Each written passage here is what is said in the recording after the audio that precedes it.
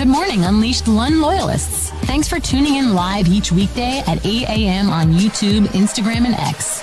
Remember, please like and subscribe and listen where you get your podcasts. Be on the lookout for Lund loyalists perks by joining the club. And if you really want your comments read during the show, you can use supers and stickers. Now, as close to on time as he gets, here's Johnny.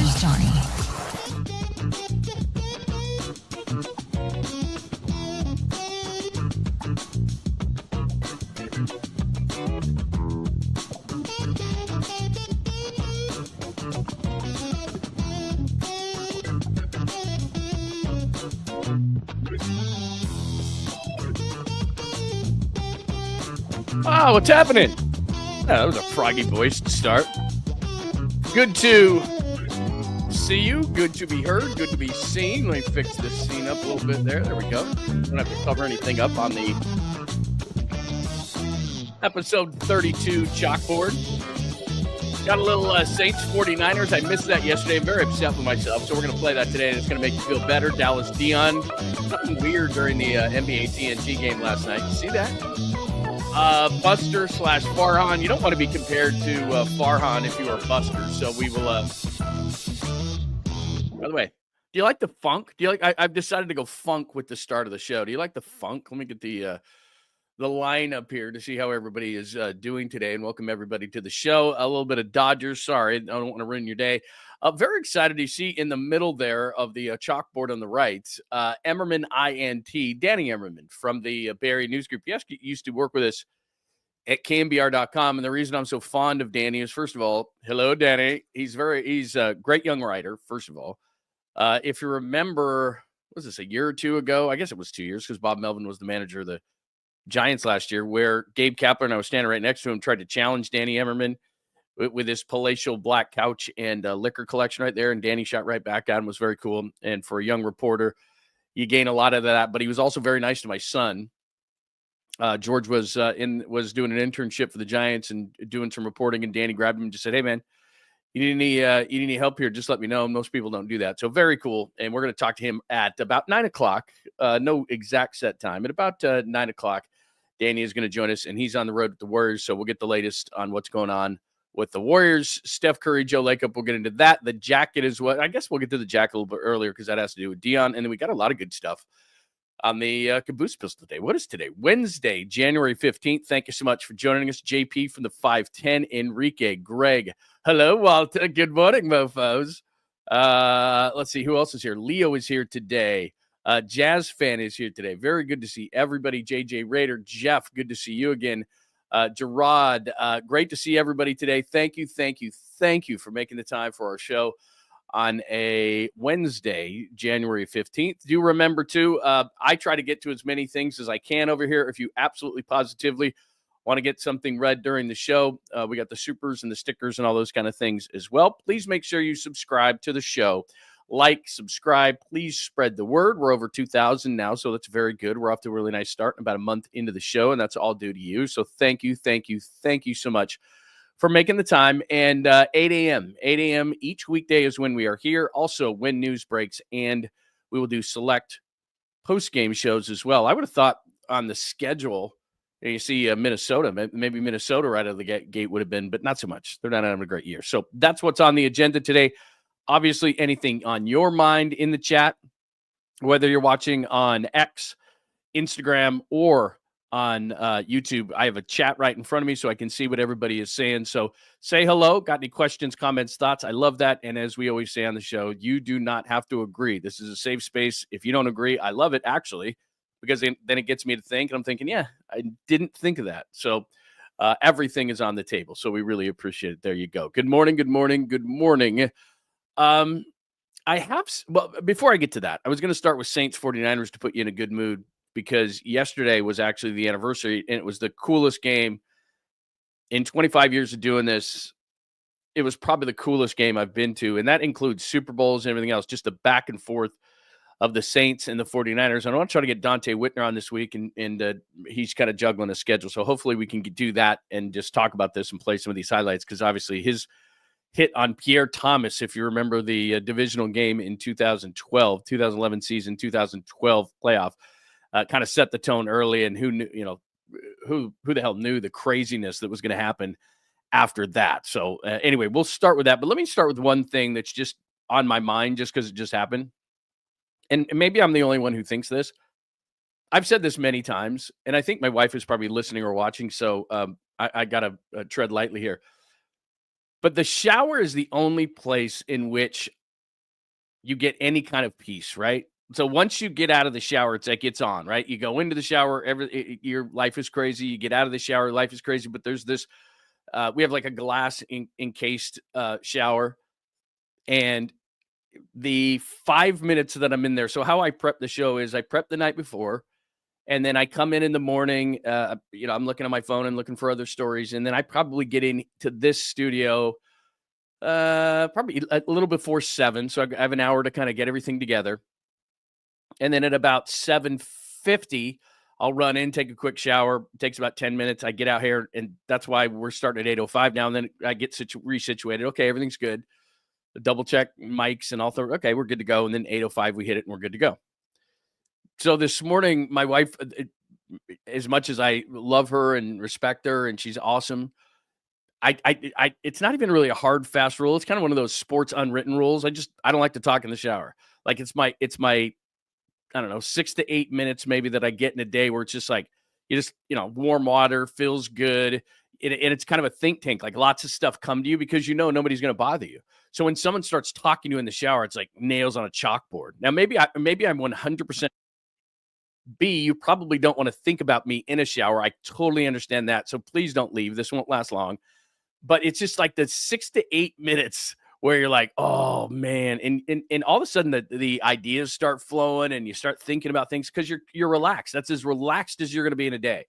So for me, I'm in there going, man, look at this. Like ideas are flowing. Hey, I got an idea for the show. We got to do this. We got to think about that. Oh yeah, we got to talk about this, or just things that are going on. And all of a sudden you get some clarity for about 5 minutes. Man, I'm just thinking that might be here texting me right now. People say, oh yeah, it's cold, by the way. A lot of people say like it's in the 30s here, but then the weather's been nice after the day. But yeah, everybody talking about how chilly it is in the morning. Man, it's chilly. So anyway, good morning, everybody. Other people. Steven, by the way, Steven is a guy in the chat room who, I don't know, Steven, what has it been, 2 or 3 years ago? You know when you couldn't get a PS5? Could not get a PS5. And that's what my kid wanted for Christmas, and you just couldn't get them. And if you could get them, you had to go on eBay for like, I think they were worth what, $500, and people were asking for like $1,500, $2,000. I'm like, I'm not doing that. And Steven helped me out with one. No lie. About, I don't know, been 2-3 years, something like that. Anyway, good stuff. All right, let's get to things. Let's put you in a great mood. How about that? Hi, James C. Good morning to you. Let's put you in a good mood. Yesterday, by the way, I always have to go back to, before we get to everything, I always have to go back to what we started the show with today. So I'm going to do this and explain why that. Is Buster done? And then you see a picture of Jack Flaherty when he was pitching for the Dodgers. Sorry to put a Dodger up there. Probably ruined your day. And then there's a little Pete Alonso up there as well. And there's Buster talking. Maybe Buster is done. I thought after Willie Adames, things were just going to roll, right? Not like Dodgers roll or Yankees roller, but, in a Giants sense, I thought, oh, man, he's just the beginning. I'm sure that Buster Posey told Willie Adames, you're just the first. This thing, woo, it's going to go off the rails. You wait.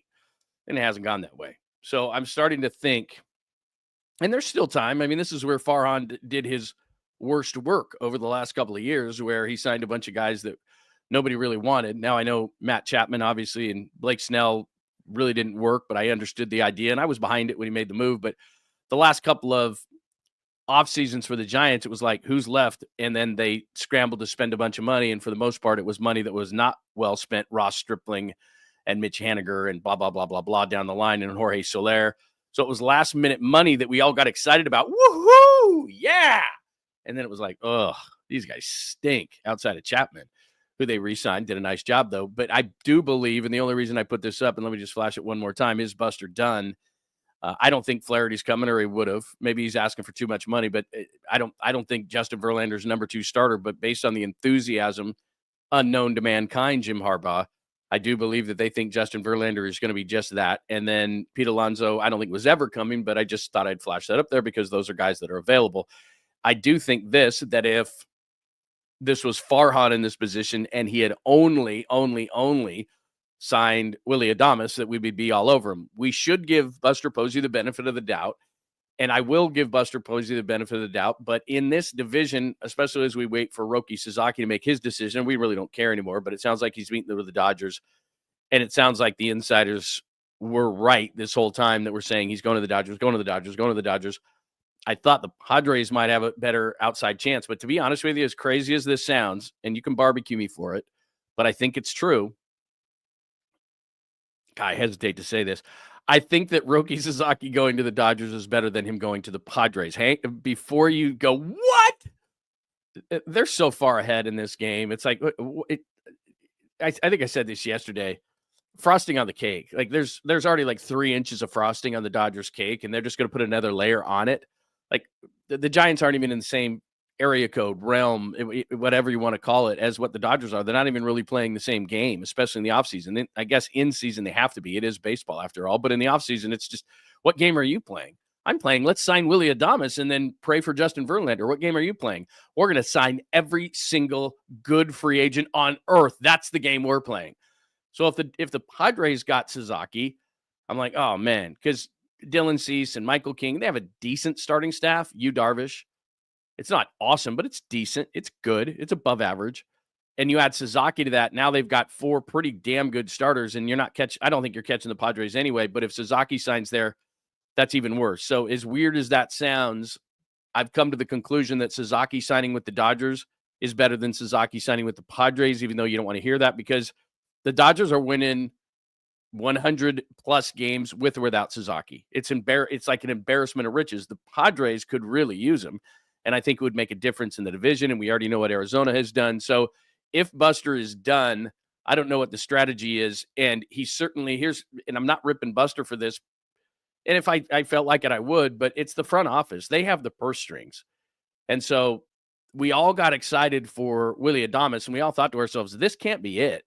They're not going to sign this guy to a $182 million contract and then not sign anybody else. And I know Verlander is a signing, and I'll give you that. And if he is going to live up to the number 2 starter billing that I think they're going to give him unless there's injuries, then I'll be the first one to say that I was wrong. But I think he's a flyer. I've said that before. I think Justin Verlander's a flyer. I don't think he's a guy where you go, he's the number 2 starter. But based on what I saw in that press conference and the enthusiasm that Buster Posey has and the rest of the organization, I think they're counting on him. I don't think they're saying you might be a 4, you might be a 5. I think they're really counting on him. So that makes me like a little bit nervous. What do you think? Give me your thoughts on that. I wasn't really going to start with baseball, but just because Buster Farhan was 3rd on my chalkboard today, but because of the cover today, I thought I would start with that, and then we can go from there. Greg says, no way Adames comes here if Farhan is still running the show. I agree with that 100%. I've said this many times. Just think about it in terms of, because I've dealt with a lot of salespeople. I'm sure you have too in my life. I have friends that are salespeople, and I have friends that are computer nerds, and all across the board. And it's rare that you get somebody who can close, but also is like the numbers nerdy guy. And just that was Farhan. I could never see him closing. If he walked into a room, Farhan walks into a room, sits down, and he's trying to recruit me as a free agent, which is hilarious in and of itself. Hey, Lund, want to play? We actually don't want anything to do with you. But let's just hypothetically speak. Farhan is trying to recruit somebody. That's why when the Aaron Judge thing came down, and we could talk all about the, John Heyman and Arson Judge and everything. I was thinking to myself, who was closing him? Buster Posey, I guess, could. Rich O'Reilly was in that meeting. There was a number of former Giants at the Gotham Club that night. But at the end of the day, there was 2 guys that you had to work for, and neither of them nobody really liked. One was Farhan with his nervous laugh and his nerdy demeanor, and the other one was Gabe Kapler, who was, from all intents, or from what I hear, all accounts, he's just arrogant, which he was. And I know a lot of people are like, well, he's doing as good or better. He had a 107-win team, which is something Bob Melvin hasn't done. I completely understand that. But believe me when I tell you that he rubbed a lot of people the wrong way. So your recruiters, your top 2 recruiters, and the only reason they were is because a player is going to directly work for the manager, and he's going to play for a general manager or a president of baseball operations, whatever you want to call them. Everybody calls them something different. But those were the guys that basically were your top 2 bosses. And it was like, no, thank you. So Buster is closing, but Buster closed with a guy who he's actually younger than. It was a peer. He closed with a peer in Justin Verlander. And I'm not saying that's a bad thing. I'm just saying that's rare that you can find a guy like Justin Verlander who might still be effective. You want him to close with the younger peers. I thought he would. I thought they had a chance with Aaron Judge, only because if you go back to any of that stuff, and we were playing this on KNBR, like, oh, his favorite guy growing up was Buster Posey. They got a shot. But Buster Posey wasn't in the organization in the place he is now, and he knew he had to be with Farhan. He knew he had to deal with Gabe Kapler. And when people say that Papa used to always say this, the power of the pinstripes, the power of the pinstripes. Never bought it. I think if Buster was in place and they had people and Bob Melvin, I think they would have closed with Aaron Judge. Maybe I'm wrong. That's a roundabout way to get into there. Anyway, so let me ask you this, and then because I want to put you in a better mood. And Danny Emmerman's going to join us at about 9:00. Are you upset with Buster? Are you going Farhan on him, or are you just like, dude, it's his first year? He got Willy Adames. They must have some sort of a plan, because here's where I am with where the Giants are. They must really like what they saw from Kyle Harrison in the offseason and Birdsong in the offseason and some of the other young guys. I don't happen to hold those opinions. I think that they should have spent some more money, but it doesn't mean because you go out and spend a bunch of money, you're going to be good. Farhan did the last 2 years. What happened? So maybe the guys and again, you can rip Buster, and he gets paid a lot of money to be the front man and to protect these guys behind the scenes that are saying, Buster, we're done. Buster, no more money. Buster, we're broke. That's not true. But part of his job and part of the reason he gets paid like he gets paid is he takes the bullets. So, hey, Buster, we done in the offseason? Yeah, we tried. We did this and this. What essentially he's saying is I wasn't given the purse strings to do what I want to do. I would think if we go back to Corbin Burns and all these other things that we can do nothing about now, that Buster probably would have liked to have gone more money, more years. But the powers that be are saying no. So to me, it's not Buster. HR's guy has already got a Buster Rhymes better than Buster Posey. See, that's just what I want to know. Marco says, not mad at Posey at all. And he puts in caps, yet. So I do think, and I'm with you on this. I have a pretty short fuse when it comes to the Giants. And it's not because of Buster Posey, because I was there on the day that he was introduced. He came talk to us. Buster's a good guy. And look, just because he's a good guy doesn't mean if I was upset that I couldn't criticize Buster Posey. But like I said, I think he's a front man right now, and I think he's going to be good at it. But I don't think he's given the resources to be great. And I think that Farhan was given more resources, as strange as that sounds, because he was desperate at the end. He knew last year that was his last shot. So he went out late in the process and got Snell and got Chapman and got Soler, and most guys didn't work. Chapman worked. I'll give him Chapman. But I don't think Snell was successful, giving Snell all that money and all the injuries and ineffectiveness, and then he finally gets it together. Then he goes to the Dodgers. That wasn't a good signing. Not at all. I know he threw a no-hitter. If you're just looking for pure entertainment, like we talked about yesterday, we were talking about this in regards to the Warriors. Like, if you're looking for pure entertainment and you're not, you're well, for contend, it's fine. I'm just going to go to the game and get entertained. Then Blake Snell was a success because he throws a no-hitter. He's pretty nasty. All of this. Like, if you're just looking pure entertainment, okay, that's a successful signing. Financially, it wasn't, and they didn't go anywhere, and he was hurt a lot, and he's a quirky, weird guy, and then he ended up going to the Dodgers. So that was kind of a disaster signing. So only Chapman worked in the desperate final year of Farhan. So I'm not going to – and those, to me, were Farhan decisions. They allowed him the purse strings. They said, okay, and now with Buster, it seems – I could be 100% wrong – with Buster, it seems like he gets the big fish, and then we expected – maybe I didn't expect Pete Alonso, but at this point, like Jack Flaherty, and I know that a lot of people have said, yeah, I'm not into Jack Flaherty, and I get it, but he pitched to a 3.17 ERA. I'm not going into all the analytics and everything, but he helped the Dodgers win a World Series. Sorry to bring that up again. What have we, 20 minutes into the show? I think I've mentioned that twice. I apologize profusely. But anyway, that's my baseball thoughts. Give me yours as well. I'm not mad at Buster. I think that the Giants are going to try to, I don't know, they're from what it looks like in the outside, they are going to try to build this thing through the farm system and say, okay, we believe in some of these guys. Or the other side of it is no one wants to come here. And what's strange about that is it's just about winning. When they were winning World Series 10, 12, 14, were we talking about no one wanting to come here? I don't think we were, but we are now. And it's so weird that San Francisco, all of a sudden, from a baseball standpoint, has become Siberia. Like, there's certain places I know and in sports. I'm not going there. Like, it used to be Detroit in football. It was like no one's signing with the Lions unless it was their absolute last opportunity to get some money. So to me, it just comes back to winning, chicken or the egg thing. Do you win or do you get the players? Well, if you win, you get the players. So I'm all for, and it's not my money, I'm all for spending the money. Also, not to get too deeply into the financial aspect of this whole thing, the penalties in baseball are nowhere near the penalties in the NBA. Major League Baseball penalties and going over these numbers are nowhere near what they are in the NBA. Because if they were as rich as these guys are, they're businessmen at the end of the day, the Mets, the Yankees, the Dodgers, all these teams that go over, they wouldn't go over nearly as much. But I think part of the quandary too, and then we'll get you in a good mood with this 49ers Saints thing. I think one of the things too about it is they're looking up at the standings, and this is where it gets dangerous because teams always say, I don't care what the other teams around us are doing. We don't care. We don't care. We don't care.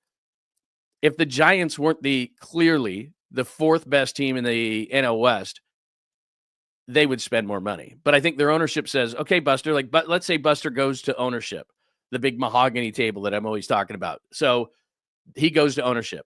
Hey, I want to get Corbin Burns at, they were nowhere near $245 million. Enough people have told us that.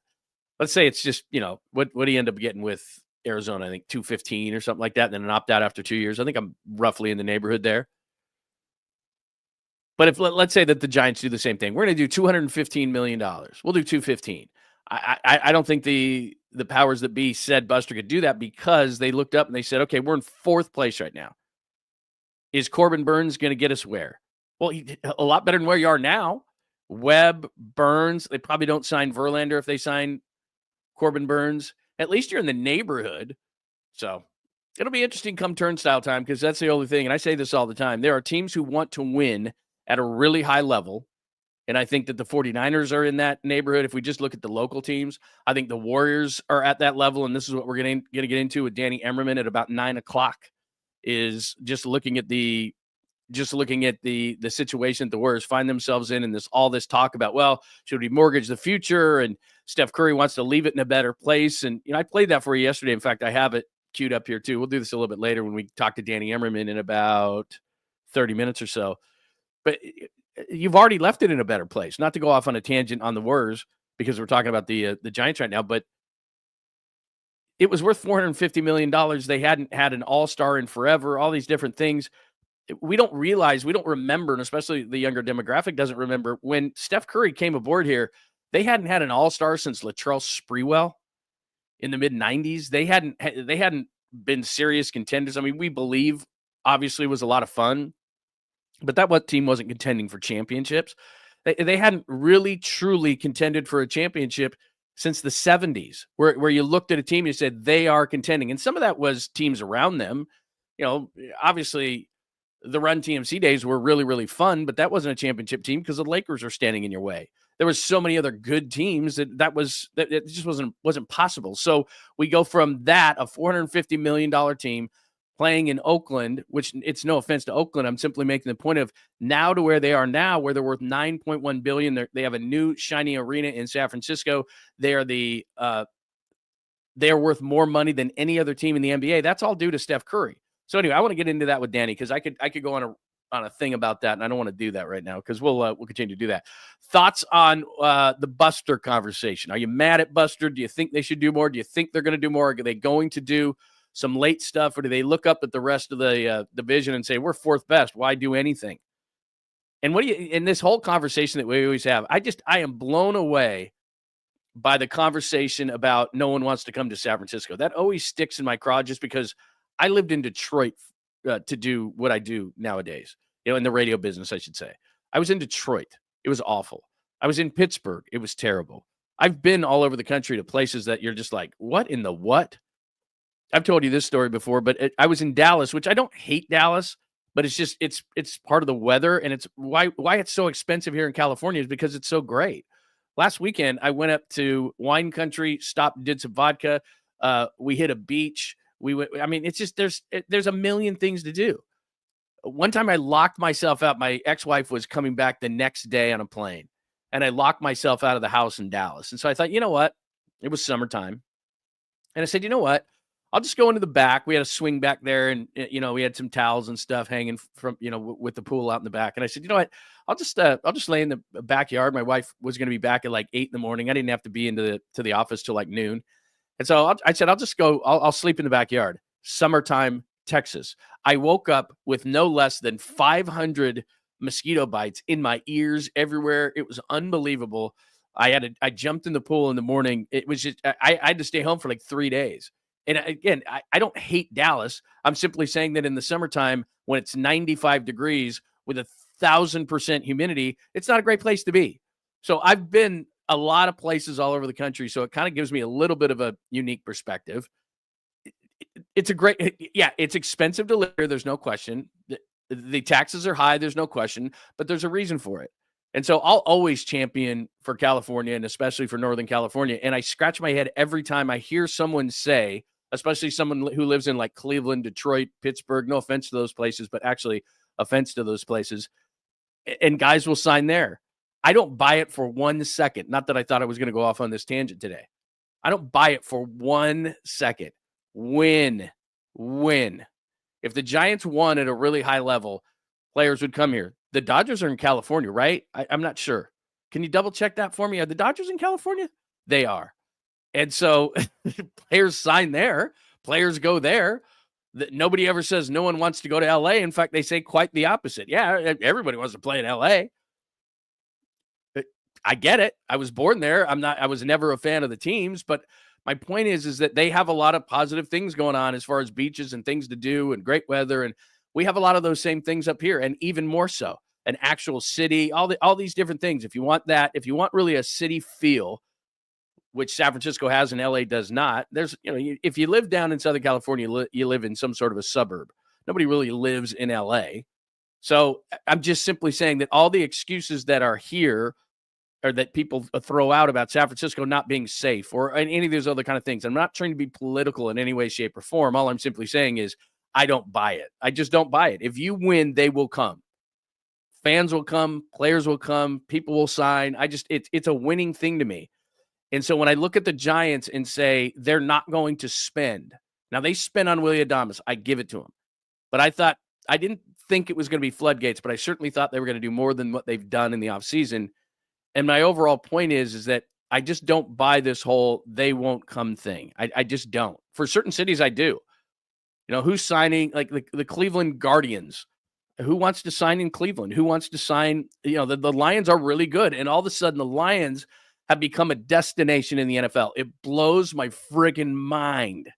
Because when I was there, there's no way. They never signed anybody. And if they did, they overpaid by a mile. I told you this story the other day about Damian Woody, who's on ESPN now. He came over from the New England Patriots. So that at that time, obviously, Belichick, Brady, everything else, the best organization in all of football at that point. And then he signs the Lions, and then we did a weekly with him. And I would go down to the locker room, like I've told you before, every Friday and talk to guys. And I would talk to Damian Woody because he was on our show and say, how's things going? And he's like, he would just tell me off the record, like, this is the most atrocious, poorly run organization I could ever imagine. But they overpaid for him. And he was just like, oh my God. Like, you'd never hear him. Like, if he's on ESPN, he'll often reference the Patriots. He never talks about the Lions. And by the end of his tenure, in the year that we had him on, he was just shooting from the hip. Like, this is brutal. This is awful. I hate this stuff. Anyway. All right. Let's get off of that kind of stuff. I told you that I would put you in a very, very good mood. Let's see.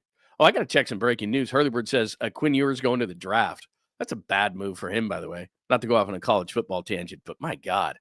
They were saying that teams were going to pay him like $5-6 million a year, and I don't to stay in college for one more year. And he needs to stay in college, but I'm not going to get on that rant. Let's see. There's one saying, let me see. Let me pop this up. LA gets less than San Francisco. Bizarre it is, but they just tried to get a baseball player in the Senate. So Steve Garvey. No, I understand where the Giants are now, but the excuse, and you and I talk about excuses and explanations often on the show. it's an excuse that they can't get players because it's San Francisco. Like up until the last couple of years, and I understand the politics, the crime, every city has that. Every city has it. New York has it. LA has it. Any city has it. Detroit. I've told you the stories about Detroit when I was there for the Super Bowl. They literally rat-mazed people in. So when the Super Bowl was there, they painted all over the graffiti. They wrapped the buildings. So these buildings that were all burned out were like wrapped in like Bud Light and all this kind of stuff. They wrapped them like you wrap a car. And then what they did was they put cops everywhere, and it was like a maze. There were certain places you couldn't go. They didn't want you to go. They shipped out homeless, buses and buses of homeless for like 2 weeks. They put them up other places. And yet now does anybody say that nobody wants to play for the Tigers because of Detroit or the Lions because of Detroit? No, they don't say that, because Detroit, the Tigers are kind of on the up and up, and the Lions are the best team in the NFC. At least they have the best record, and they're the number 1 seed in the NFC. And players are actually saying, I want to go play there. So to me, when the whole San Francisco thing comes up and players won't play here because of it, well, will they come play for the Warriors? Does anybody complain about, well, nobody wants to go to San Francisco to play with Steph Curry? I don't think I've ever heard that. Have you ever heard that people don't want to, or players don't want to go to the Bay Area because of all the different stuff, like with the 49ers? And I know the 49ers are certainly closer to San Jose, being in Santa Clara, but you still, taxes wise, you hear it. But a lot of guys will play for the 49ers because Kyle Shanahan is a great QB whisperer. The team wins. You never hear somebody say, other than finances, you never hear, I just don't want to play, because you're still playing in the Bay Area. It's not that different. I mean, San Francisco is different from San Jose. I'll give you that, but it's not that different. And Ricky Pearsall got shot. It'll be interesting in this offseason. Like, this guy said he didn't want to come to the 49ers because Ricky Pearsall got shot in the city of San Francisco. I don't think so. I don't think I've ever heard that, but I could be wrong. 100% wrong. Could be. All right, let's get to this. What else do we have on the things here? All right, I'll get back out to that in just a second. Let's put you in a good mood. I said I would do this. And first of all, I apologize for being late on this. This is 100% on me. Excuse me. 100% on me. So yesterday was the anniversary of maybe the best game that I've ever covered. It's certainly in the top 5, and it's certainly number 1 if it's not a championship game. If it's not a Super Bowl, World Series, NBA Finals, Stanley Cup Finals, it's probably number 1 for me, which is January 14th, 2012, Harbaugh's first year. And we all know what happened the next week. We're not going to talk about Kyle Williams and the Giants. But what used to happen at Candlestick Park is that, and this isn't the way it is at Levi Stadium. It is for photographers and videographers and everything like that. But as far as guys like me, just low-level radio guys and so forth, you can't go on the field anymore. Now you can go into the locker room and you can go and you can talk to guys and you go to the interview areas and all these kind of things. And before the game, you have access to the field. So you walk around, you watch guys warm up, all that kind of thing. But after the game, it's reserved for obviously players, but photogs, video people, all that kind of stuff. And you don't go on the field. But at Candlestick Park back in the day, you had full access. And then you just go through you'd go on the field. So you could interview guys on the field, all that kind of stuff as they're running off. And you don't really see that anymore. And now it's, you'd walk into the locker room, everything else. So you had access the last few minutes of the game at Candlestick Park. So I walked down from the press box at that point, take an elevator down, walk down, and I'm standing on the sidelines for these last, 5 minutes of this game between the Saints and the 49ers. And it was honestly the coolest thing live I've ever seen. So I know I'm a day late on this. My fault, but it doesn't mean that we can't play it and enjoy. So remember when the 49ers were in the playoffs? This might have been the best one I've ever seen live.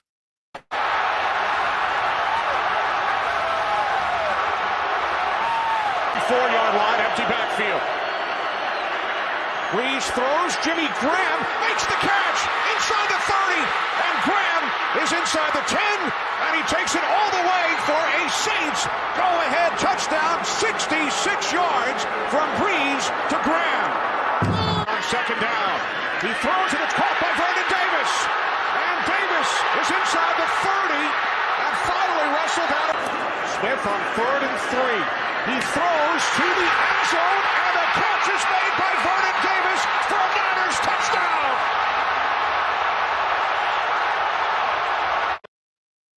I mean, here, let me get this off your screen. I mean, that had to be the coolest thing. And I would love to ask you, where were you when? Where were you when you saw that? Oh, look at that. Hurley Bird right out of the gate. Miss Joe Staley. I got to get Joe on the show, Hurley. I got to get Joe on the show. He is so cool. Joe is like the coolest guy ever, man. But yeah, that block that Joe had, nobody ever talks about that. And Papa goes crazy because he thinks Alex Smith should have went down and all those kind of things. But I'm telling you, just got lucky, walked down, watched that from the sideline. It was just the coolest thing I've seen live. And I've covered every championship game you can cover. I covered the 49ers in all their Super Bowls that they've lost. So maybe that's on me from Super Bowl 47 in New Orleans forward. So maybe that's a me thing. But I've never seen in person, and especially that. Well, yeah, see, everybody's bringing up Kyle Williams now. That was my fault. I should have never brought up Kyle Williams. I should have just played that. I told you we were going to be in a great mood because of it. I bring up Kyle Williams the next week. That's what everybody does. PTSD Williams. I'm sorry. My fault. That's on me. That was just awesome. How many times during that game did you think, oh, they lost? And then that was Vernon Davis's greatest moment. Not only the catch itself, but just he came up big time and time, and they couldn't cover him. And I just remember thinking, because early in that game, and somebody hit me up on Dante Whitner. We got to get Dante, and then we'll play that. But early in the game, where Dante hits Pierre Thomas on that, it was like a little swing pass near the goal line. He fumbles. I think it was Patrick Willis who recovered it. We've talked to Willis and Dante about this a million times, and then it just goes back and forth with that offense, because I was just thinking the whole time, Darren Sproles and Jimmy Graham and Marcus Colston, and you're just thinking to yourself, they can't stop them, as good as the Niners defense was. But then Alex Smith just goes back and forth. It was hitting Vernon, and Frank was awesome in that game. And it was so cool. And it was the stick. So you could just, I don't know what it is. And I know we complain about Levi's Stadium all the time, and there's been some good games in Levi's Stadium, but there hasn't been that. There hasn't been, obviously, Dwight Clark, the catch starts it, and Jerry and Terrell Owens catch against the Packers. And then that one, the catch 3 of Vernon Davis, easily the best game of his career. And he's going over to the sidelines and he's crying, and there's Harbaugh. And it was just so cool. So 2012, January 14, 2012, I realized today is January 15th, 2012. So that's on me. 100%. We should have had that yesterday. I pride myself on, especially, I was thinking about this. This morning, is back when, I don't know if you listened during the pandemic, but during the pandemic, when there was no, and I mean no, not a little, well, I guess the KBO was the thing. The Korean Baseball League is, we would bet on that, and we would have at KNBR, we would talk about it, and we brought it on the air. But basically what Pop and I did was we would go back every day and find something that day, whether it be in Bay Area sports, any kind of, that's all we did. Like, oh yeah, today is this, or the Last Dance saved us, or the Bulls. But we were constantly going back in time saying, this happened. That was our whole show. I don't know how we did it. Between, I think, putting John Miller on the air for like 2 or 3 hours every day. Whoa, John, you're not going anywhere. No, we had John Miller on Wednesdays. I know that. And we felt really good about it because we could put John Miller on the air for like an hour, and he could just tell stories, because that's all we were doing. That's all we were doing, was telling stories back in the day like that. Unbelievable. Yeah, there you go. Let me pop this one up. Steve's run. Yeah, Steve's run against the Vikings. That's what I mean. When people complain about Levi's Stadium, it's not Levi's Stadium's fault. It's just all these things happen with the 49ers when they were great and winning Super Bowls. And there's just not those memories. Even the games that the 49ers won to go to championships, like the Super Bowl 54 to go to Miami, when they smoked the Packers, that game was never close. What was that? Over 200 yards for Raheem Mostert. I think they won that game 37-8. It wasn't even close. There was no drama in that game. I'm trying to think last year that Lions game is definitely, but you've got to win the Super Bowl afterwards, don't you think? Like, that Lions game last year was incredible. Even the first play of the game, first offensive play for the Lions, when Jamison Williams went around right end for 41 yards, and then they just kept going and going and going. And I thought, they are not winning this game, because we thought, we're going to Vegas, baby. We're going to Vegas. We thought they're beating the Lions. And then at halftime, they turn around. So that kind of a game, yeah, that leaves an indelible mark on a stadium. But I believe that then you have to follow that up and win a championship so that we can go, God, that Lions game was amazing. And then 2 weeks later, they won the Super Bowl. If you don't win the Super Bowl, you're kind of like, that was a really cool game, but what did it lead to? And I guess I'm being hypocritical because the Saints game, never mind. I'm not going to say what it led to. Not going to talk about it. Not in a minute. Yeah, there you go. Maybe that's the one. Eric Davis's pick six in the 94 championship game. I would ask Eric about that all the time, and I would see him, hey, what's going on, dude? That's all I could think of because Eric used to work with us in the early days of 95-7 the game. And every time I saw Eric, that's what I would think of. Like just walking down the hall, I was thinking, oh my God, that was the coolest thing ever. So yeah, all those things that you have back, in Candlestick, and you just can't. I mean, it's going to be years and years and years, but you have to, when you win those games, which you have an opportunity to, then you've got to follow it up with a Super Bowl, and they didn't. So it's a bummer. All right, what time we got? Danny Emmerman's going to join us in about 13 or so minutes. If he's late, if he's early, that's fine, whatever. And so we'll get into that conversation as well. We've discussed Buster a little bit. I'm sorry to bring. I already brought up the Dodgers in Sasaki and why I think that he would be better. I know, as crazy as it sounds, better with the Dodgers. Let me bring this up. Let me see. Do I have this on my screen? Let me bring this. This is a weird conversation, but I still want to bring it up to you because I have a ton of respect for Mike Krukow. But let me see if I know I put this on my stuff today. So let me see what I got. Do I have this? Maybe I don't. I thought I put it in my computer, but no big deal. It's not a big deal. I don't have to have this. It has to do with the Giants. I guess what I do? Did I hit something weird there? Pop that off the screen. I don't know why I've got insurance stuff up there, but let me bottom line this whole thing. So Mike Krukow came on. I think it was on KNBR when he said this, and Justin Verlander is going to wear number 35, and Brandon Crawford gave Verlander his blessing to wear 35, and it's certainly no disrespect to Brandon Crawford. If you were big into retiring numbers, and I'm sure Brandon Crawford will get his 35 retired someday, I'm just not a big fan of that. Like the Yankees, I don't know how many numbers they have retired, and I get it. Joe DiMaggio and Babe Ruth, and I mean, go on down the line. They have some of the greats of all time, Derek Jeter and all that kind of stuff. But after a while, it's like, do we have any numbers left? The way I look at numbers, because what Crook said was Brandon Crawford's number should be retired. Nobody should wear 35. And I totally get it. And Jerry Rice went to the Seahawks, and I believe this is true. Steve Largent was a great receiver for the Seahawks who wore 80. And Jerry Rice asked Steve Largent, can I wear 80? And he said, absolutely. Like, you rent that number. You rent that. It's not your number. You rent that number. And then when you retire, another guy gets that number. I get it. No one's going to forget 80 for the 49ers. Nobody's going to forget 16 for the 49ers. Nobody's going to forget 8 for the 49ers. Nobody's going to forget 24 for the Giants. I mean, I can go on down the line. Steph Curry's 30. If people act like it's disrespectful. If Steph, not if, Steph is going to retire. When Steph retires, if somebody else wears 30, somebody else wears 30. I'm not a number retirement guy. And so when Kirk said that, there's no way. And I'm thinking, Verlander's going to the Hall of Fame. Verlander's a really good player. If he wears 35, he wears 35. Like, it just goes on down the line. Like, I don't think in college football they retired. In fact, they can't. There's so many guys on the right. You can't retire numbers. I don't know when it started, how it started. I get it. Like, I don't mind like hanging numbers up.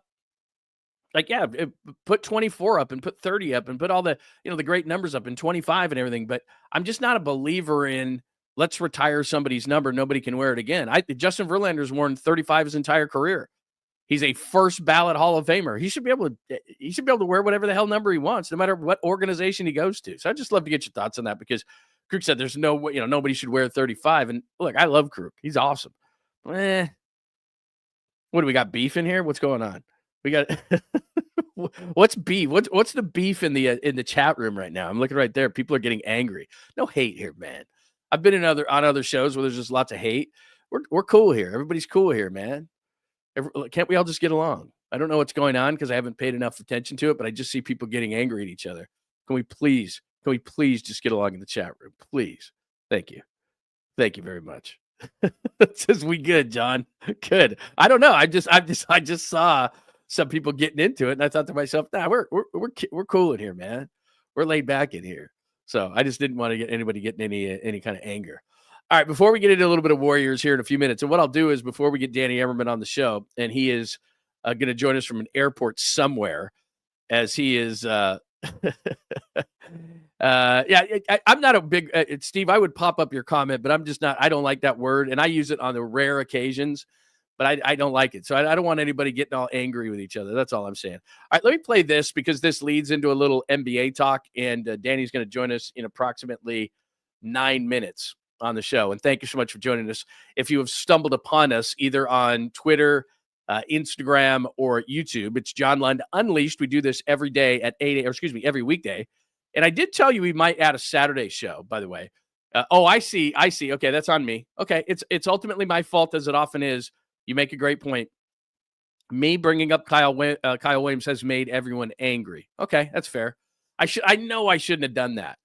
And, the show's live, and so you're not always perfect in what you say and how you say it. And I just wanted to play the 49ers Saints because I missed it yesterday. And if you know me at all, I love going back in the history of sports and playing stuff and talking about it and reminiscing and doing all those things. But what I did when I started that, because I said, hey, let's put you in a good mood. The Giants aren't signing anybody, but let's put you in a good mood. And then before I even played that, I think I talked about the next week. That's on me. I'll take that. So if you have any anger, it comes my way. It's kind of like what a coach does.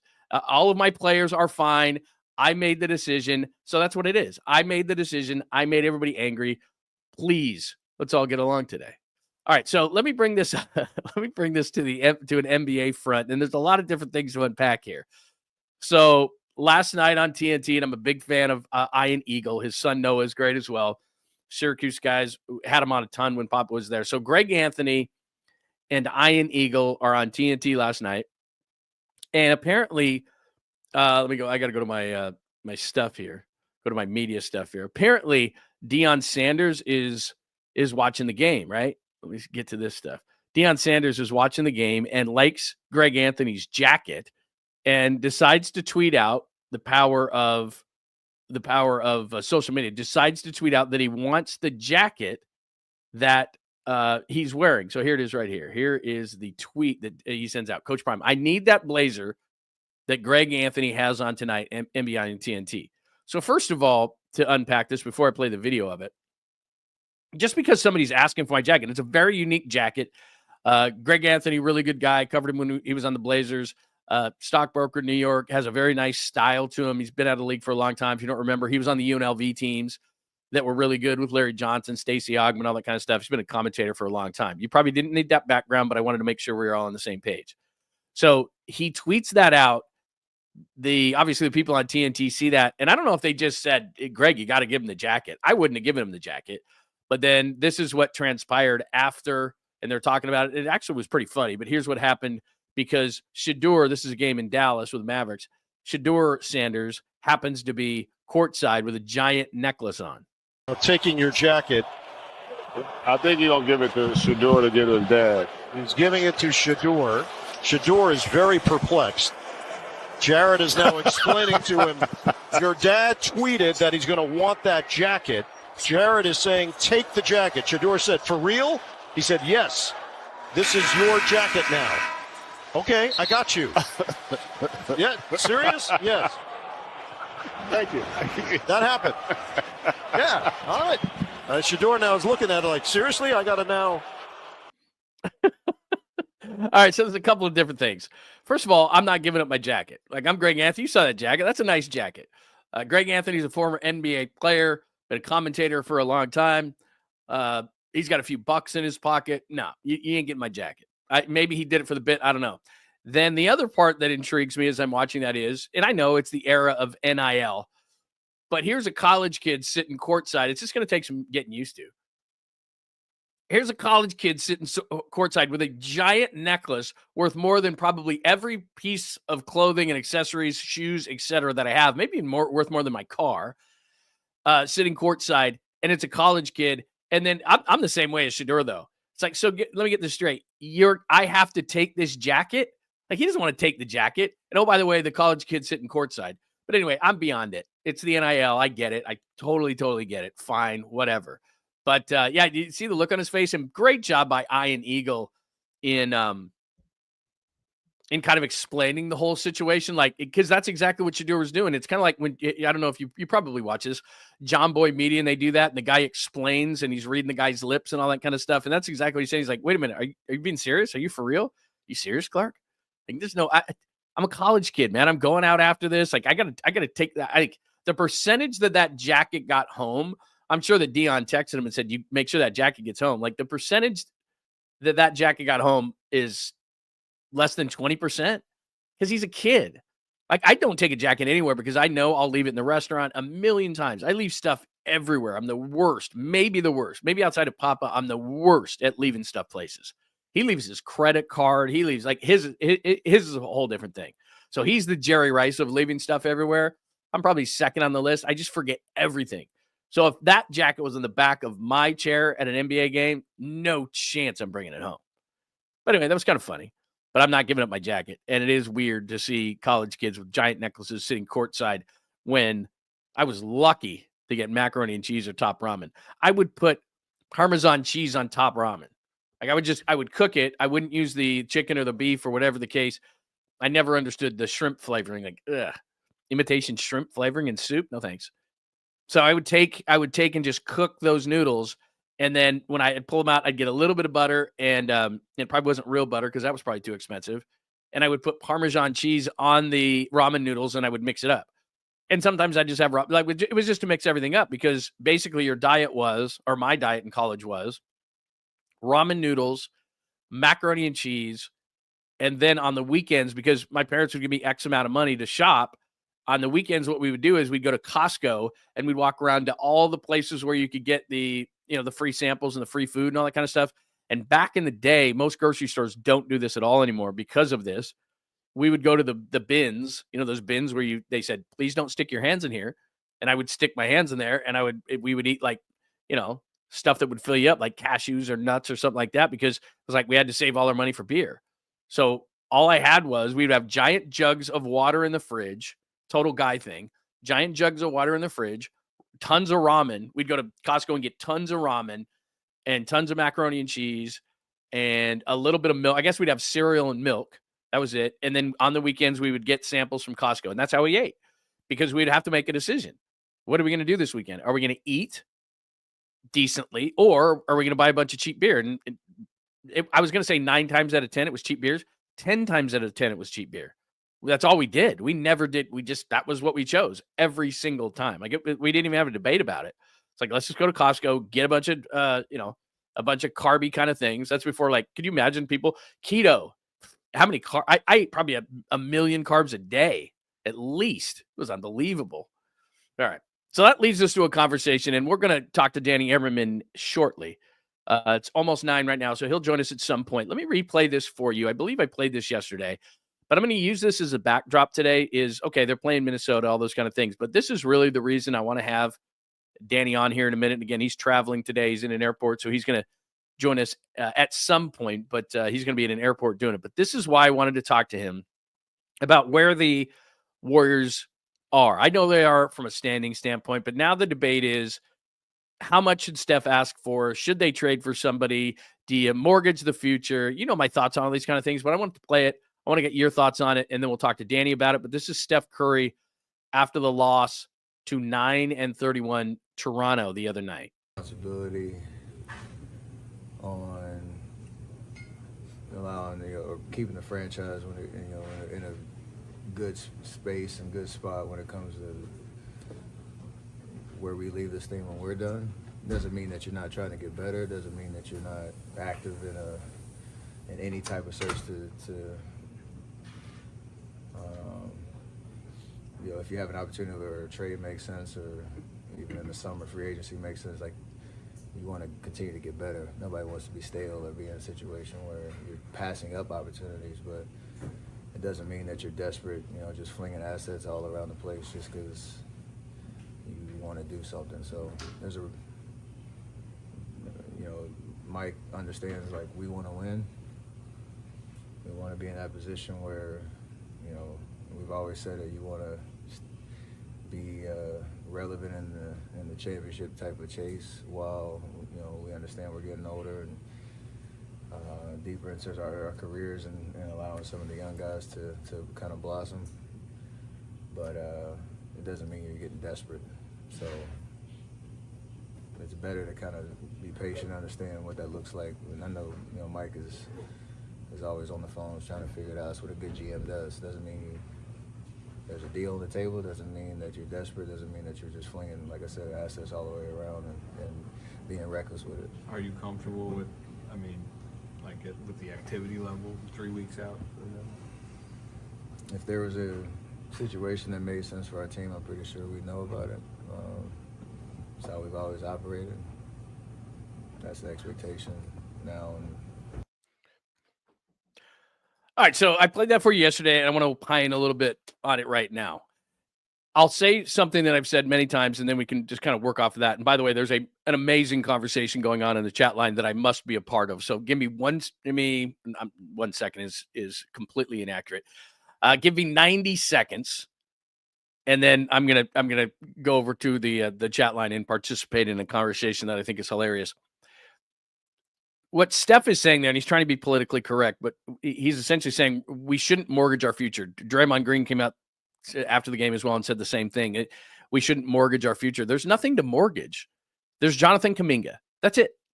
If you had a house and it was full of a bunch of junk and you looked at it and you said, okay, well, we're going to have a garage sale. Well, everything but this, there's one expensive thing in your house. It's 𝐿𝐿𝐾𝐭. That's it.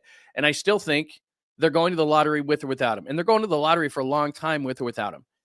And Steph's being really, really nice, but he's put this team in such a better place than what it was before. If you're a newer fan, maybe there's an expectation level to say, well, this is always what it's been. It's never been this.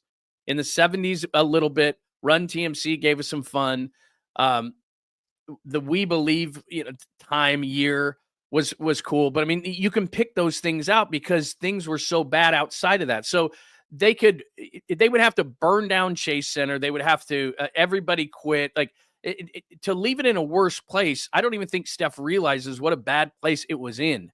So we've said this a million times, they've got to just go for it. Now, if you want to pull Kuminga back, I'm fine. But if you want to pull Kuminga back, you have nothing to give. And that was really, really where my frustration was in the offseason, which was you're going to make 𝐬𝐮𝐬𝐜𝐫 untouchable. You're going to make all these guys untouchable. And, you don't want to, Wiggins is really, and Wiggins is having a nice season. But they sit there and they find themselves with what they have 10th. And remember, this is as good as Steph's going to be. And as great as Steph is, a little bit less every single year. Draymond Green, a little bit less every single year. So he used a word in there that I want to focus in on. So he's got that's great. Where is that? I don't want to lose this. I don't want to lose this one. Nick J says the Guy Santos and Pat Spencer era doesn't excite you. You're 100% right. And that is my overall point here, is they're sitting there acting like they're going to lose all these assets. What assets? What assets? I get it. Kuminga's got some upside. It's not Hall of Fame upside. It's really, I think the upside, nobody's really talked about this. I think the upside for 𝐿𝐿𝐾𝐭 is he could be an all-star kind of a player. I think that's his upside. He's not going to be in the Hall of Fame. The Warriors had 3 Hall of Famers at one point in Run TMC. They won nothing. They won nothing whatsoever. Not one thing. So it doesn't just take one guy. And every single year, Steph gets lesser and lesser and lesser, and Draymond gets lesser and lesser and lesser, and all these different things. So I'm looking at teams ahead of them, and you and I do this all the time. I don't need to pop up the standings like I always do, but there's a bunch of teams that are better than them. So I brought this up the other day. When I look at the 49ers in the playoffs, or look at the other teams, the 49ers are not in the playoffs. When I look at other teams, I think to myself, with general health, the 49ers can compete with any team in the NFL. Any team. They were in the Super Bowl last year, and they had horrible luck. Now that the season is over, let's call it for what it is. Injuries were the number one reason that the 49ers didn't live up to expectations. Doesn't mean it's the only thing, but if you made a list, it would be number one, and there would be a gap, and then my hand's out of the picture here. It would be number one, and then there'd be a gap, and then number two's here. Hopefully that made sense. It was number one on the list, but you didn't want to talk about it every single day. At least I didn't, because it sounded like an excuse every single day, even though it was an explanation. So now as I look at the Warriors, what can I say about them? They're not there. Like the Niners with health are there. The Giants, doesn't matter how healthy they are, not there. I mean, can we be honest? The Warriors could have the greatest health of all time with who they have. They're not going anywhere. Because I look at the other teams in the conference and outside of it. Oklahoma, again, we've gone through this a million times. Oklahoma City is much better, and Denver is much better, and Houston this year is much better, and Memphis is much better, and on down the line. Somebody goes, what? The Niners in the playoffs? Did I miss something? No, they're not in the playoffs. But if they have general health, I think they are. There's no, right now, as I look at the Warriors, there's nothing there. I don't care if they're healthy. I don't care. I mean, the realistic way to look at the Warriors is just to say, enjoy it, have fun, enjoy the last years of Draymond Green and Steph Curry. It's never going to happen again. This was really, really cool. But they're going to have to, at some point, they're just going to have to redo this whole thing. Like, look at the Spurs, how long it takes. Did the Spurs, they're the perfect example here. Did the Spurs mortgage their future in any way, shape, or form? They didn't. They won. They tried to add pieces here and there. But the inevitable way that sports works is it's like throwing a ball up in the air. It has to come down. At some point, it has to come down, at least if we're on Earth. And we are on Earth. So you throw the ball up, it comes down. It's taken, how long has this thing been going on? I mean, not at the beginning of Steph Curry, like 2015, 2014, whatever you want to call the beginning of this whole thing. They beat Denver, and then 𝐸𝐸𝐫𝐫 came on board the next year, and they started winning championships. So 2014, 2015 to right now, it's a 10-year run. Most teams don't get that. So the ball didn't come down for like 10 years.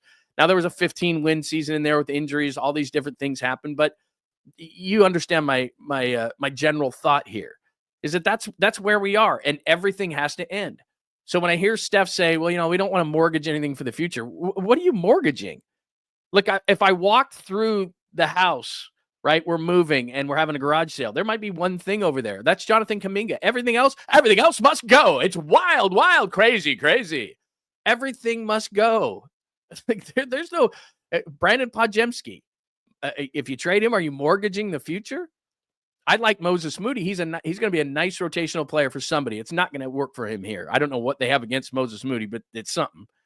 So Moses Moody, are you mortgaging the future? If you trade Moody, Moses Moody, Kendrick Perkins, and no, you're not mortgaging the future. Who else? Who else are you mortgaging? If you trade Andrew Wiggins, are you mortgaging the future? Is Andrew Wiggins all of a sudden going to do something he's never done in his career, which is become a true number one leader of a team? That's not his personality. So you're not mortgaging the future there. Who else we got? Who else is on that roster? As you said, Pat Spencer. I mean, you're not mortgaging the future for anyone. So when I hear Draymond and I hear Steph say, can't mortgage the future, we got to make sure that we keep this together and make it so that when we leave, it's just not going to hit rock bottom. That's the inevitability of it. The Spurs haven't come back from it. Jordan's Bulls haven't come back from it. I mean, how long did it take the Celtics? They're back on top of the world, but the Celtics, it took forever when, Bird and McHale, they've taken forever. There are certain teams who have never bounced back. The Patriots, they lose Brady, they lose Belichick. Inevitability, they have a coach 1 year. Same ownership. Coaches 1 year. Gonzo. Mike Vrabel from the glory days is the head coach of the Patriots. It's the inevitability of the way that sports works. Nobody stays up there forever. Well, I'm not going to bring it up because it's going to put you in a terrible mood. There's a team down south that's trying to work on that. But anyway, baseball's different. Baseball, if you have the most money, it doesn't mean you're going to make all the right moves, but you can stay on top in baseball a long, long, long time if you just spend the most money, which that team spends the most money that shall not be named because it'll put you in a bad mood. They spend a ton of money. Having said that, they also develop players in their system. They've got it down about, unfortunately, and I'm sorry to say this, that team has the system down about as well as you can have it, but a lot of it is through money being spent. In the NBA, you can't do that. You just can't outspend everybody because the penalties are so prohibitive that's a major problem. It's a major problem to do.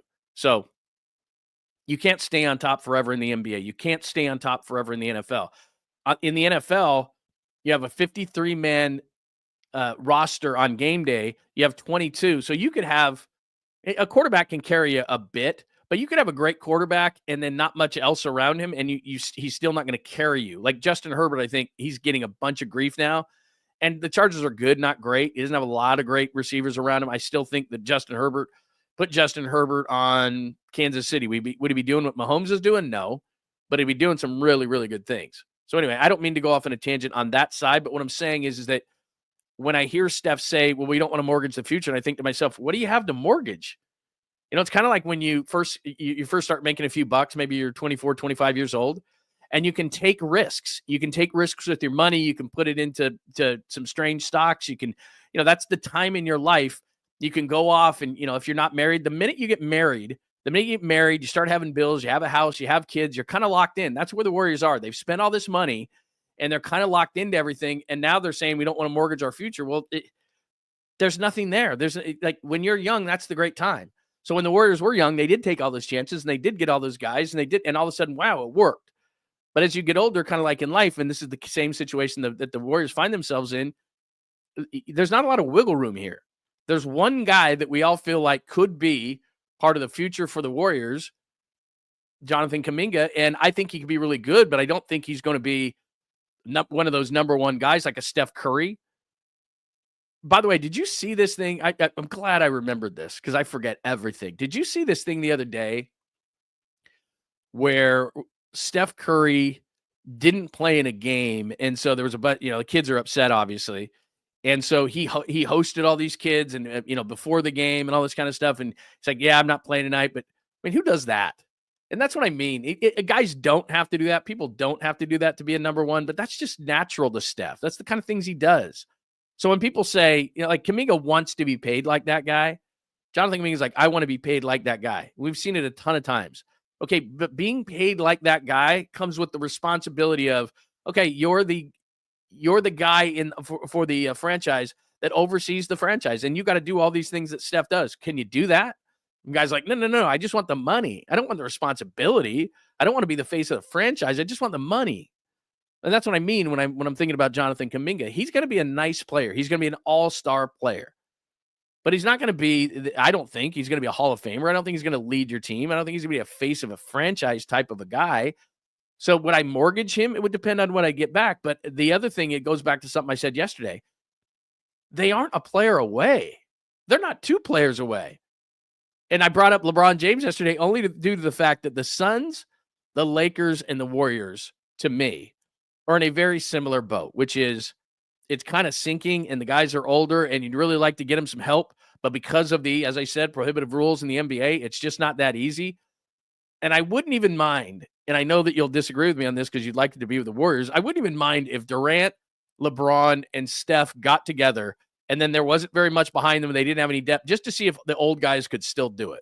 Because on separate teams, they can't. They just can't. The 3 of them together with a bunch of nobodies just to fill out the roster, just to see if they could do it, would be intriguing to me. Now, yeah, you'd like it to be here. And I brought this up yesterday. There is no way in hell that 𝐬𝐿𝐵𝐞 is even if Steph came to him, just like LeBron James came to Jeannie Buss last year and said, I might want to get traded. I might, whether he did or not. But a lot of people think Jeannie Buss said to him, at least reportedly said to him, yeah, good, check it out. There's no way that 𝐬𝐿𝐵𝐞 would do that. I said this in a promo yesterday. He had trouble trading James Wiseman. Like when they went to him and said, hey, we got to move James Wiseman. They got Gary Payton the second back. And at the time, I didn't love that trade, but Wiseman's hurt now. He went to Indiana. Now he's hurt again and all this kind of stuff. So it's not looking good for him. But he couldn't even trade him. So could you imagine? There's no way. Like, hey, Kevin Durant and LeBron and I want to get together, make a old guy super team and see what we can do. No chance. Unless it's happening here, no chance. All right, so there you go. Yeah, terrible pick. All right, let me go back up to something. Let me double check something. Hang on. Oh, here's my phone. I want to make sure that Danny's not having any trouble because it's 9:15 and he said, hey, man. No, that's not the text. That's not the text. Okay. We'll still wait. Let's see what he's got. No, that's not him. Okay. Let me just check one more thing. Let me check an email to see if he had any problems because I sent him a link and I haven't seen. So maybe he didn't get said link. No, it looks good. Oh, link for the show. Okay. Okay. All right. Yeah. So anytime. He should be hitting us up anytime. All right. In the meantime, let's see.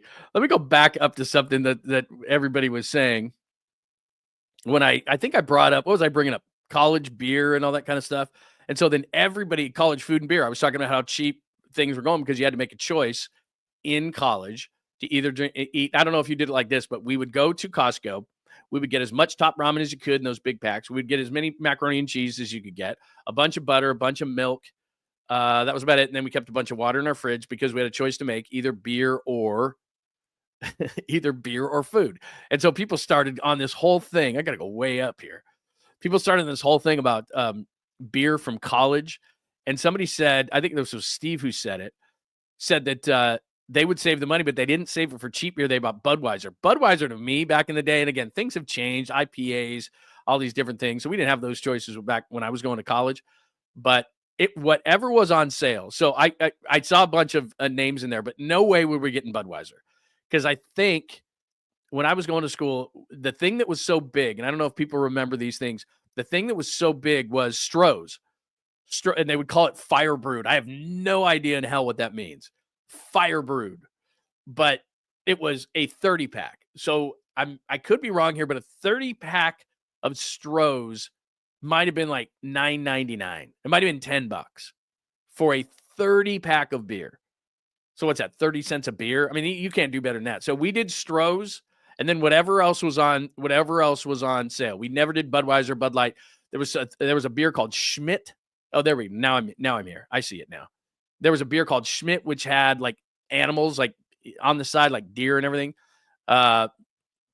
You're saying Amstel Light. You're talking Amstel Light now, right? No way would we get Amstel Light, because isn't that like Heineken, Amstel Light? This is what everybody did this. We did this. This was always on sale. Thanks, Nick J. Natty Light. Everybody. Natural Light was maybe like, I'm not even kidding you. I don't know. Let's see. It was like $3.99 a 12-pack. I'm not even kidding. It was like $3.99 for a 12-pack. We do Old Style, and Old Style wasn't so bad because my family was from Chicago, and so you would drink Old Style at a Cubs game. And so I thought to myself, when I bought this in college, well, this isn't going to be so bad. Oh my God, was it bad? And then the only thing you can't do it now because you just get hungover. Like, I can't do cheap beer now, and I'm not a huge beer guy. I tell you, I like cocktails. I like drinks.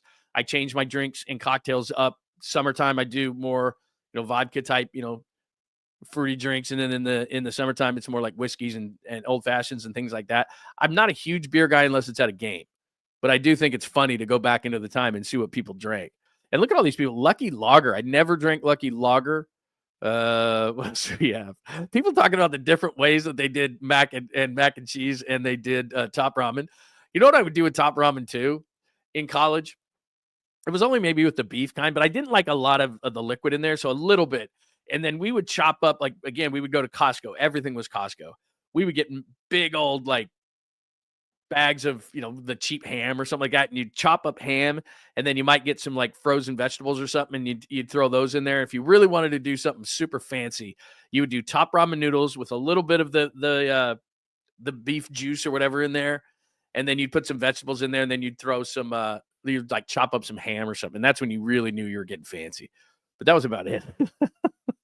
Some of the stuff I ate, I can't even believe it. And yeah, we stuck our hands in the bins. That's so disgusting. And the big signs were right there. Don't put your hands in the bin. So we would get stuff that was, satisfying, like a big handful, like almonds or cashews or something like that, where it's like, okay, now we're good. And then we would stand in line and go right back to the back of the line until the ladies at Costco would tell us, like, no more. Like, get out of here. You're not even a good customer. Like, beat it. Like, you just seriously stop. Whatever they had, we didn't even look. Like, it could have been, I don't know, crab. It could have been, I don't care. It could have been chicken. Could have been meatless. We're in line. We're just like, this is where we are eating today. We would stay there for like 20 minutes. We would walk to all the different ones. They would kick us out. Then we'd wait for a minute, or we'd have somebody else go up there and get it. Ooh, PBR getting no respect. Absolutely. PBR is good.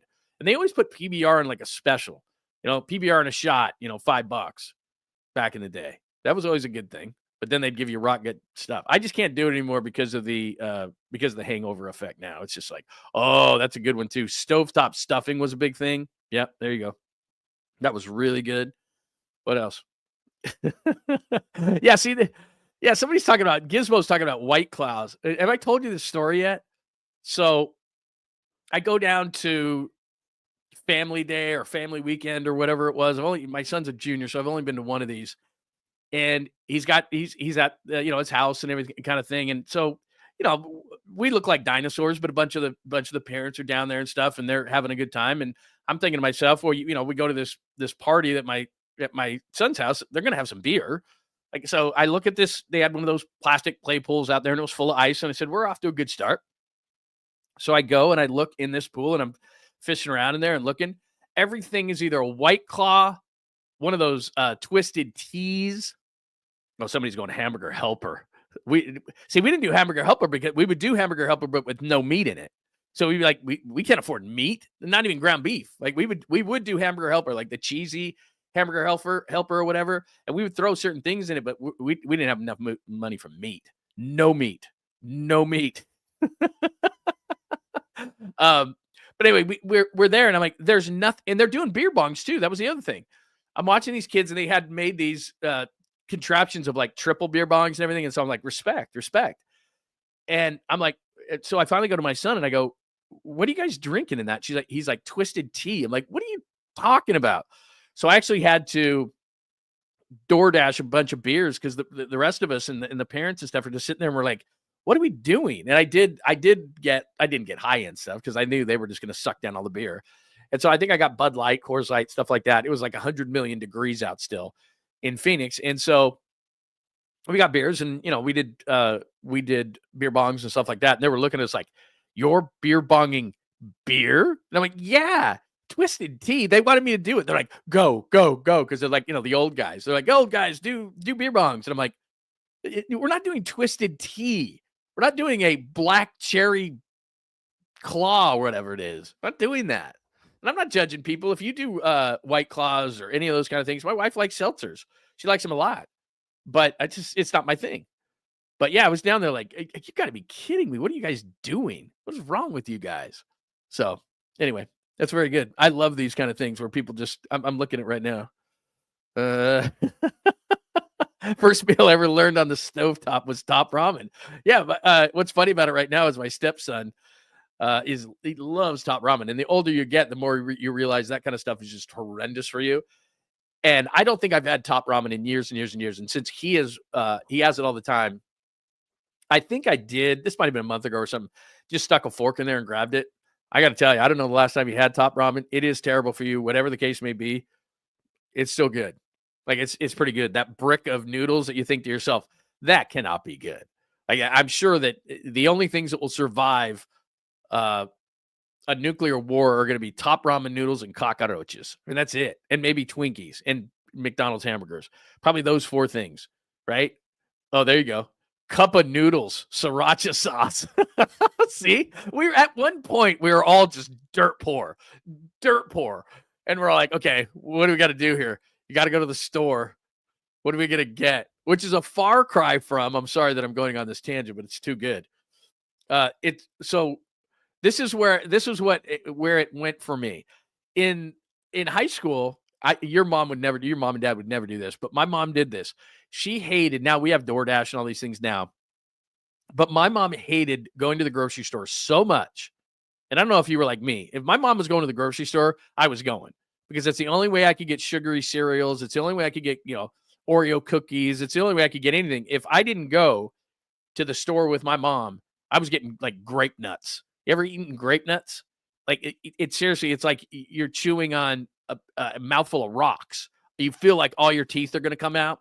That's what my mom would buy. If I didn't go with my mom, your cereal wasn't like Frosted Flakes or Lucky Charms or Fruit Loops or Apple Jacks or whatever it is that you ate. It was going to be some sort of a corn flake, but not Frosted Flakes. And then my dad ate grape nuts. And so it was like, you were going to get grape nuts. And the other thing that fooled you about grape nuts when you were a kid is if you did a full bowl of grape nuts, you're about 3 spoonfuls into grape nuts and you were done. Like that stuff was sitting like a rock in your gut. So I would always go to the grocery store with my mom. And then after a while, grape nuts milk is required unless it's a dental hazard. It is. It's absolutely 100% true. And even if you put the wrong one, yeah, Apple Jacks are really good. Now we're on a cereal tangent. Where's the one that talked about grape nuts? See, here's the thing, Modular. Even if you put milk in grape nuts, it would be like a cement pack. It would be unbelievable. Anyway. Now everybody's going to Chuck E. Cheese. Now we're in all sorts of different places. All right. I take it all back. I take it all back. I'm not going to go down that anymore. I'm done. That's good. That's good enough. All right. I don't know if Danny's going to join us. He was supposed to join us at about 9 o'clock. It is now 9:25. So let me just double check one more time. If not, then I'm going to go into the Warriors conversation myself. Now, let me double check on this real quick and see if we've got anything here. There's the links. He says, sounds good. Okay. 11 a.m. Central Time. 11 a.m. Central Time is 9 a.m. here, right? Am I screwing that up? No, I'm not screwing up. I'm not screwing it up. Okay. As far as the let's go back to the Warriors there. Curry, I played for you. Lacob is an interesting one here, and this is yeah, I could call. I guess I could.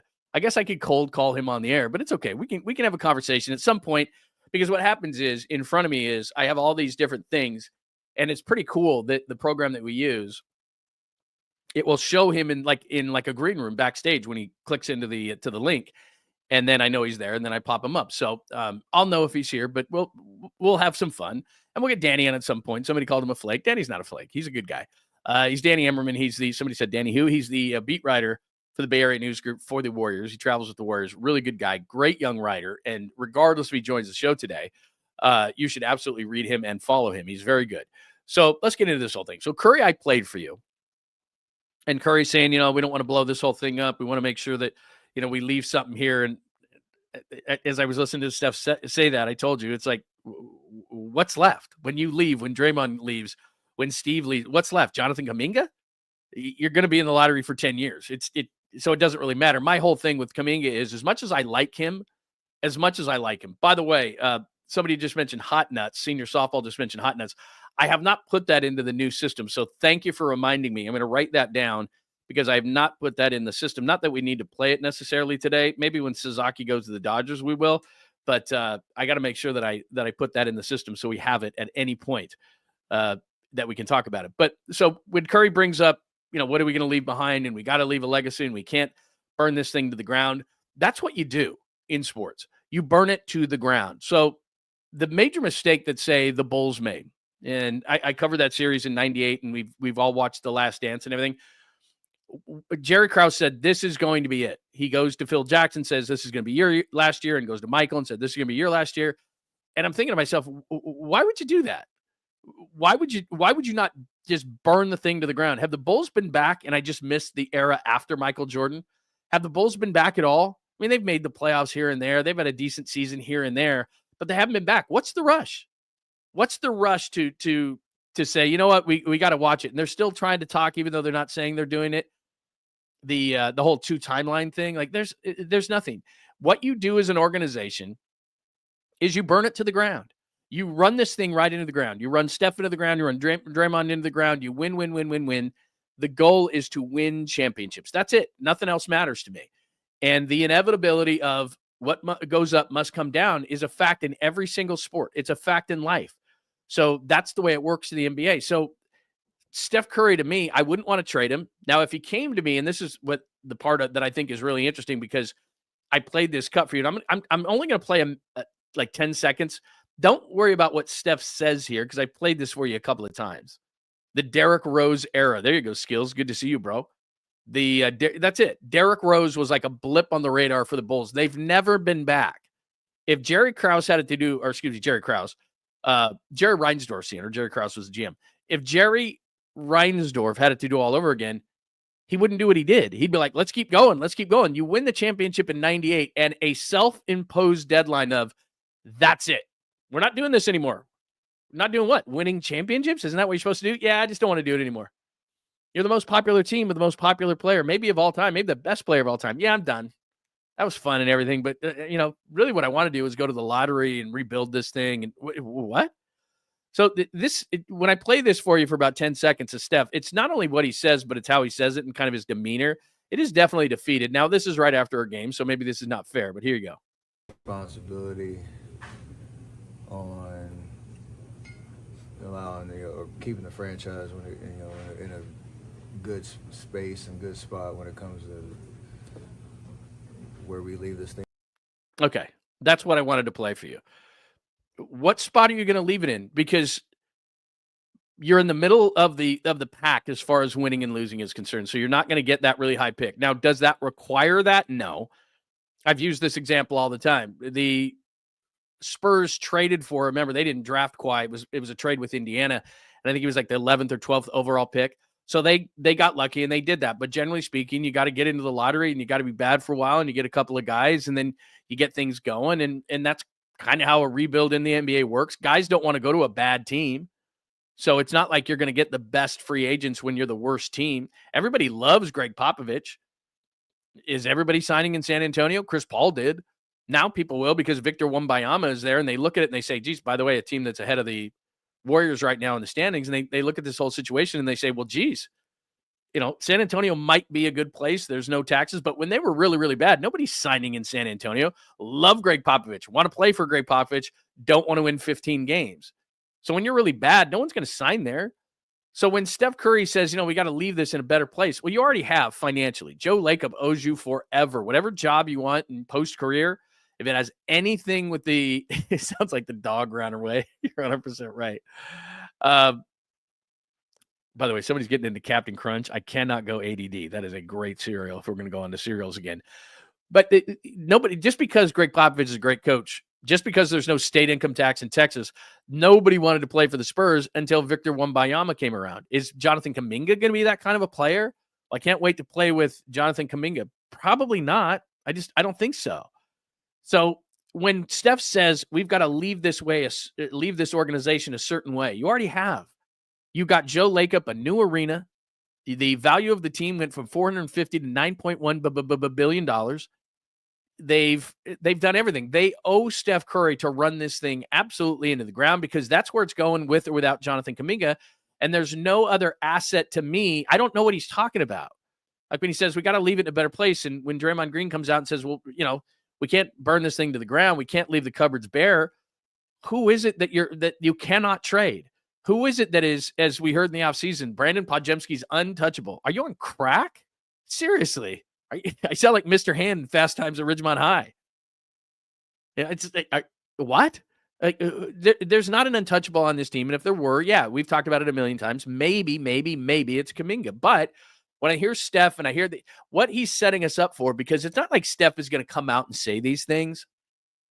What it sounds like is something that we know. That they're not going to trade for Zion Williamson. That the thing I said yesterday about LeBron James, I was just kidding around. They're not going to do that. And then there's nobody else that's going to make that big of a difference for the Warriors. And it used to be, and I don't know why it was, and I do know why it isn't anymore. But Anthony Davis went from the Pelicans to the Lakers. You don't see a lot of big names unless it's a giant pain in the ass, like what James Harden generally does. Like I've had it. Like I'm waiting any day for James Harden to go, this is no good for me. I'm out of here. Now he is from LA, so maybe James Harden won't complain his way out of LA, but he's done it in a lot of different stops. So there's certain guys who will do that. I think Kevin Durant's going to do that. I don't think that the Warriors would go get Kevin Durant. Now maybe they would. It's ultimately Joe Lacob's call. He loves himself some Kevin Durant. So if Kevin Durant looked around him, and he should, in Phoenix and say, this ain't going anywhere. Like I like Booker. If there was a team to blow it up right now, it would be them. They've never won anything. There's not really any connection to the Valley. Kevin Durant is not seen as a lifelong son. When he retires, he's going to be seen as a member of the Thunder and the Warriors. Not really. I mean, Brooklyn, he didn't do anything there. Phoenix, they're not going to win anything. They have a big three and nothing behind them. They're in a worse space than the Warriors. In fact, if I looked at the three old guy teams in the West and I said Warriors, Suns, or Lakers, I would probably go Warriors 1, Lakers 2, Suns 3, maybe Suns. I don't know. I love Durant, but Bradley Beal has never been a fit, doesn't play any defense. There's nothing there. Booker's still young enough to go to another team, and I think at some point he would. That's an interesting thought, KD to Minnesota. I could possibly see that. And, people are saying KD ain't coming here. I agree with you. I'm simply saying that if Phoenix decided, and I don't think they will because they have a brand new owner who's trying to rev things up in Phoenix after having a horrible owner in Robert Sarver. So they've got a new owner. I don't think he's going to try to blow anything up. But at some point, you have to be done winning press conferences. And what I mean by that is, great, KD's on your team. Awesome. People are going to come out and see that to a certain extent. But Phoenix is a lot like Southern California and a lot like here in terms of, okay, we've seen KD play a lot. Are you going to win any games at any point? Are you going to be really, really good? Because they thought they were going to get that with that big three Remember when Booker came out and said, well, I don't know who's going to stop us. Well, when the Warriors had their big three with Curry and Durant and Clay, they had a bunch of guys around him, guys like Andre Iguodala. They don't have that. It's too old of a big three. If you have those three guys in their prime, KD, Bradley Beal, and Booker in their prime, maybe that's different, but they just don't have any depth behind them. So again, you don't care about the Suns. I'm only bringing that up because of the three old guy teams. But let me just go back to what Steph Curry said there. And also, Booker is kind of a jerk. And also what Draymond Green said, we don't want to leave the cupboard bare. There's Kuminga, who's like Kuminga is a potential star. There's nothing else in the cupboard. There's nothing else to protect. So go all in. Like if I'm Mike Dunleavy, but the thing about Steph and hearing what he said there is he must know something. Because essentially he's saying, hey, fans, there is no big trade on the horizon to save this and save us. And while we know that, we don't want to hear Steph Curry say it. And then when I hear Steph Curry say, we can't leave the cupboard bare, that means that Steph Curry has heard from the organization in the front office. There's nothing out there. This is what we're riding with, man. This is it. It's you. It's Draymond. It's Wiggs. I mean, this is it. This is what we're riding with because we haven't gotten the offers. Now, could you get the offer days before? That's when the best offers come in. So what are we at? January 15th. So you can go February 6th. February 6th is the deadline. 3 weeks. And some teams think they're in it. Some teams think they're out of it. If you're the 49ers, if you're the Warriors and you stay in the position that you're in right now, which is what, 12th? Why would you make a big swing? There's two sides of this thing. And that's probably what Steph is saying here. He's relegated to the fact that they're not going to take a big swing because they're not a player away. I would say the opposite of that is, which is who you giving up that's going to be great when you guys are revitalized. The Spurs don't have anybody left. Who did they hold back? The Spurs said to themselves, you know what? Man, we can't have the cupboard bare. They're only on the upswing because they just got Wembanyama, and that's what it's going to take. It's going to take another Steph Curry type, and there's no Steph Curry, but Wembanyama is that kind of a player. He's that good. It's going to take that kind of a player, or else that's it. It's not happening. So if the cupboard's bare, the cupboard's bare. It's not going to change anything. And so that's why I put Lacob on there, on the chalkboard there. It ultimately comes down to what Joe Lacob thinks. And he's probably torn between, even though if you looked at if we put in order what teams in the Bay Area really want to win, the 49ers do, the Warriors do. I don't know that the Giants want to go all out to win. Everybody thinks that every team wants to. I don't think they do. I think Joe Lacob wants to go all out to win, but then there's another side of him because he's a businessman who thinks to himself, if I do burn this thing to the ground, which he should, if I just go all in all the time and burn this thing to the ground, will I get anybody to come out to Chase Center because it's still a new building and I'm a businessman and I've got to, what am I going to do here? And my thought is Jonathan Kuminga going to bring you, the fan, to the arena? So let's say that they do burn this thing to the ground and they go all in and all the kind of stuff, which is what I think most, if not all, fans want to do. But he says, you know what? We're going to, as Steph just said there, we can't just burn this thing to the ground. We got to leave this in a fairly decent place. So now they're marketing Jonathan Kuminga to you, the fan. They're a mediocre team. Well, they're already a mediocre team. They're a bad team because that's what, like I said, it's the natural evolution of what a team does. There are occasions where you can keep the thing going, but there you go. Steve just said no playoffs in the Bay Area for the next 5 years. They might be a play-in team this year. They won't go anywhere. But when Steph retires, he's in his age 37 season. So when Steph retires and he's, so we're 2 or 3 years from now, 39, 40 years old, whatever the case may be, and they market Jonathan Kuminga, and they market Podziemski, and they market Wiggins. Sorry, it's just not the same. Once Steph leaves, it's over. And Draymond can stay, and Steve can stay, and he can be like Greg Popovich, but we all know, we're all smart. It goes up, it goes down. It goes up, it goes down. It took a long time for the Warriors to go up. But I do believe this is a good organization, and I don't think Joe Lacob's a good owner. Mike Dunleavy, I don't know about, but it's a good organization. That's fair to say. It's a good organization. So I don't expect them to have the gap between success that they had, but you just don't know. Now, the Bulls, and I bring them up all the time because they last won a championship in 1998 with Jordan. We're coming up on 27 years. And as somebody hit me up on the chat line a few minutes ago, The only thing memorable since Jordan left is a brief Derrick Rose era before he got hurt. He got an MVP. Other than that, there's been really nothing. After Jordan left, Pippen tried to stay around. Tony Kukoc was still around. They didn't burn that thing to the ground. Pippen stayed. Tony Kukoc stayed. Remember, Pippen wouldn't go into the playoff game because the play wasn't called for him. But they didn't do anything. A couple of years, whatever. They didn't say we're going to take this thing and that's it.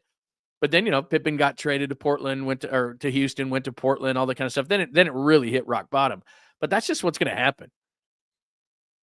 Steve, I think you're right, Salty. Steve Kerr is leaving when his contract is up. I don't think there's any question about it. If I'm Steve Kerr, and I tell you this all the time, I can't believe that Greg Popovich is still the head coach of the. I can't believe that Greg Popovich is still the head coach of the Spurs. He has enough money. He has other things in life. He definitely likes to stay up on politics and wine and all these different things. He's not just a guy that's just. Maybe he is. I just was going to say he's not a guy that's basketball or bust, but maybe he is. Maybe that's just it. I'm basketball or bust, man. Sorry, that's how it's going to go. We might have got our times mixed up. I'll try to get Danny at another point because, like I said, I wanted to hit up some Warriors on him. He's on the road with them, but I don't see it. He said it sounds great, but maybe he fell asleep. I mean, he's on the road, or maybe he's in I don't know. He's in an airport, so that could be a problem. Airports suck. All right, what else do I have? Went through the Saints and the 49ers game to try to make you feel better. Dallas Deion, I didn't bring up Dallas Deion. The odds say that Deion Sanders is going to be the new head coach of the Dallas Cowboys. I've told you a lot why I don't think that's true. And in fact, you can bet against me on this. I think Kellen Moore is going to be the next head coach of the Dallas Cowboys. He fits and checks off a lot of boxes, kind of like Jason Garrett, their former coach. But I know you don't care about the Cowboys' next head coach. What I'm saying is why I put Dallas Deion there is because I would love it if they hired Deion Sanders. I would love it. And I would love it if they swung, there's a wild theory out there that the Cowboys would actually try to get in and get Shedeur Sanders and trade Dak Prescott, which I think is nearly impossible because he just signed that new deal. And I haven't looked up the dead cap space. And you know how I feel about dead cap space. Lots of teams will eat it.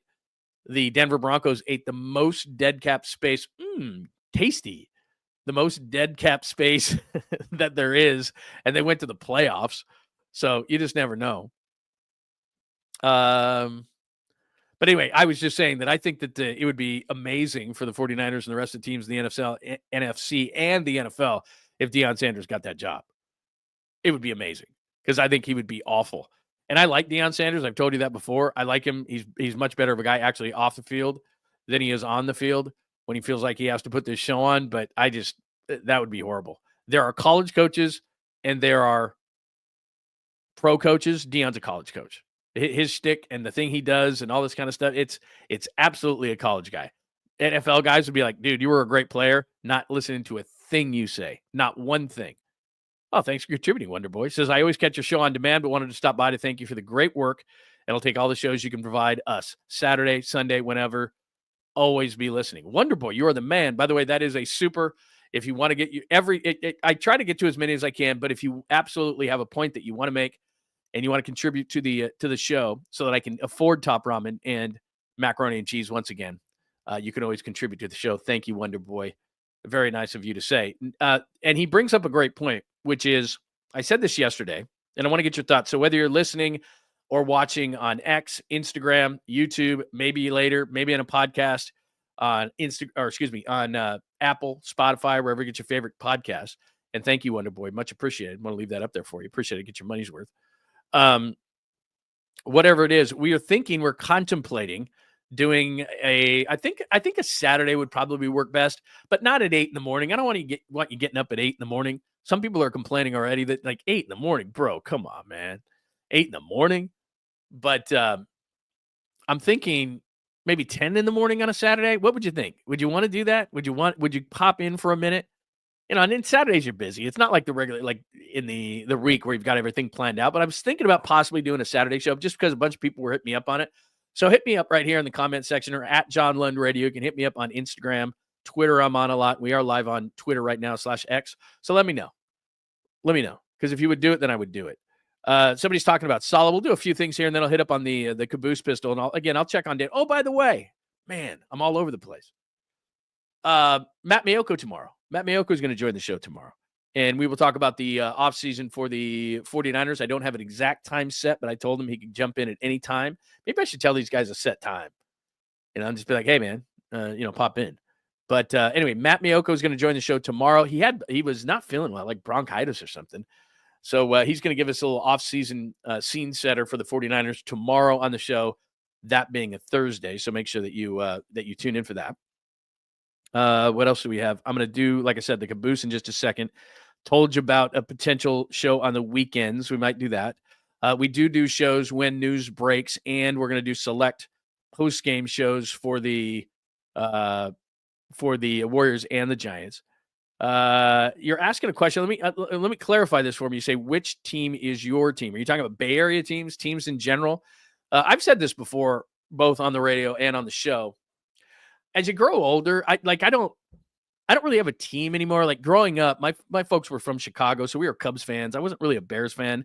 I grew up in Southern California. I was never a fan, and I'm not just saying this, I was just never a fan of Southern California teams. And maybe my son took right after me, because what I did was I just kind of resented those teams. Like my son, he likes the Raiders, but he's not a Bay Area sports fan. He's a massive sports fan, just not of the Bay Area teams, which is weird.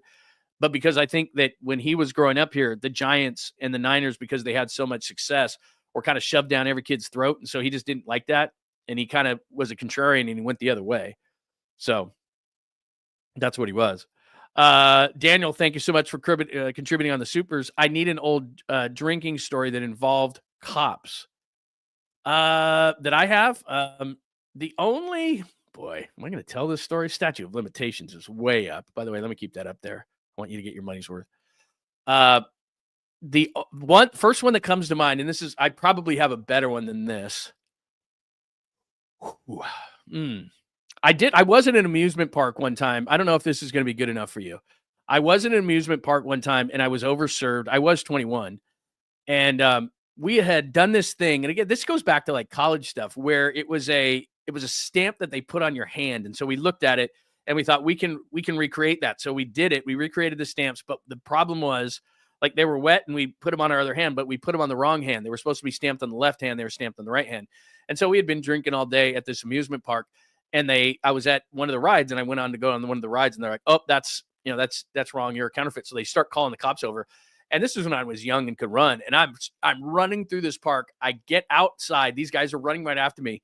Dumbest thing I ever did. Well, I've done a lot of dumb things, but this was really dumb because it was the summertime. So I'm in a t-shirt and shorts and I don't know, flip-flops or something. And I dive under a car to get away from these cops. And I'm laying under this car and I could just feel it. I had road rash because this t-shirt, it was a little t-shirt. I had road rash everywhere. And so I'm laying under this car and I'm thinking to myself, I think I'm good. I probably laid under the car for 2 or 3 minutes. I look around. I don't see anybody. I'm like, I think I'm good. And the minute I start walking, these cops grab me. And I was at the age where I actually had to call my parents, and we were like an hour away. They're like, I don't have anybody else to call. You got to come bail me out. You ever been in that situation? We could go a million stories deep on how you disappointed your parents. That was probably, I know that you asked for an old drinking story involving cops, and that's kind of one, but I will say that was probably one of my more disappointing moments that I gave my parents. Like, what are you doing? How did this happen? Yeah, we didn't want to pay the $20 back in the day, $25 to get in the amusement park. So we did fake stamps and we did really good. And then when they came running after me to kick me out of the park, I ran out of the park, dove under a car, have all this road rash on me, and now you got to come get me. And it's like, at that point, it's probably like 2 a.m. You know how happy your parents are at 2 o'clock in the morning when you're 21. I just turned 21 and you're 21 years old and you're in a drunk tank and you're like, can you come get me? And it's like an hour drive. That was a fun drive home. No, it was not a fun drive home. So that was the first one. I could do I know I have better ones than that. I know I have better ones. Just give me a minute to think. But that was the first one that came to mind. And really, it paints me it paints a picture of me as really a degenerate. But that's not true. I had just turned 21. A lot of people do stupid stuff that, 21 years old. Heard a rumor that John is a Seahawks fan. Not a Seahawks fan. Did work up in the Northwest. Did have some friends that covered the Seahawks, but definitely not a Seahawks fan. And like I said, I've moved so much in my life that you do. And I said this the other day, and I know as a general rule of a fan, this is 100% unacceptable. But what I'm saying is that when you move to a certain place, you kind of become a fan of that team. So especially when I worked there. So when I came here, was I a massive fan of the Giants or the Warriors or the Niners? Not so much. But then what happens is you start working with the people within those organizations. So I know a ton of people, for example, within the 49ers, did pre-half and post-game with the 49ers for years. And I want the 49ers to win because I know so many people within the organization and would be so happy for them. Same thing with the Giants. I would love for them to get back on track because I know a lot of people within the Giants. Same thing with the Warriors. You get to know people. Plus, there's I know this sounds corny, but there's like a civic pride involved. And then the last thing is for us, especially when we were the flagship of the Giants or the Niners, it's great for business because all of a sudden, and just to kind of give you a peek behind the curtain, on the radio, we have a thing that tells us, what on the stream at least, where in real time when listeners are coming and going. And really it's the same thing here. Like I've got a number counter right in front of me that tells me how many people are listening at any one time. So let's say I'm talking about something stupid, or I'm going into cereals, or I'm talking about cheese, or whatever the case may be. Unless it's really compelling, then those numbers start to go down. And then it's like, whoa, you better switch topics. Well, it's the same thing on the radio. So it's, you could tell in real time. But when the Giants are winning at a high level, the Niners are winning at a high level, or whatever the case may be, or the Warriors in a streak of winning 10 and 12. And as long as you're talking about the right thing at the right time, then those numbers are going up. So you asked who my teams are, and that there's a rumor that I was a fan of the Seahawks. I'm a fan of business. I'm a fan of there being great stories to talk about. So when the Warriors and the Niners and the Giants are winning, that's great. Now, there's different markets for that. I've told you this before. When I was in Detroit, I was there for an 0-16 season. Our numbers were through the friggin' roof. They were, because people like negative there. I've told you. The weather's negative. The people are negative. The town is negative. So when they went 0-16, people just wanted to call up and bitch and moan and yell and scream. And I would go in. Our show started at 6 o'clock in the morning. I did mornings there from 6 to 10. And the lines would be full and packed at 5:30 with vitriol. Just anger. And you could see, I don't know if you've ever seen a call screen before at a radio station, but basically what you have is the name, the city, and what they want to talk about. And there's about 10 lines there. And you look at it. So I would sit down in my chair at about, 5:45 to get all ready to go. And the lines were full banked. And everything was like, whoever they hated. Joey Harrington was the quarterback, and Rod Marinelli was the head coach before Mariucci, and just it's complete complaints. That's all they wanted to do. And I went into my program director, and I'm like, I don't want to just sit there and be a button pusher the whole morning. That's all I do. And then everybody just complains, and it's a big negative thing. And that's not who I am. And he goes, well, if you want a job, it is. You will press those buttons. You will take those negative calls. So that's what you do. Every market is different. If we tried to do that here and it was complain, it wouldn't last 3 seconds. No one would do that. We're different. We're not going to complain. We're not going to, I've said this term before and it's not true. I don't think we're soft. I don't think it's a soft market. I just think we're not going to get that angry. We're not negative. We're not that angry.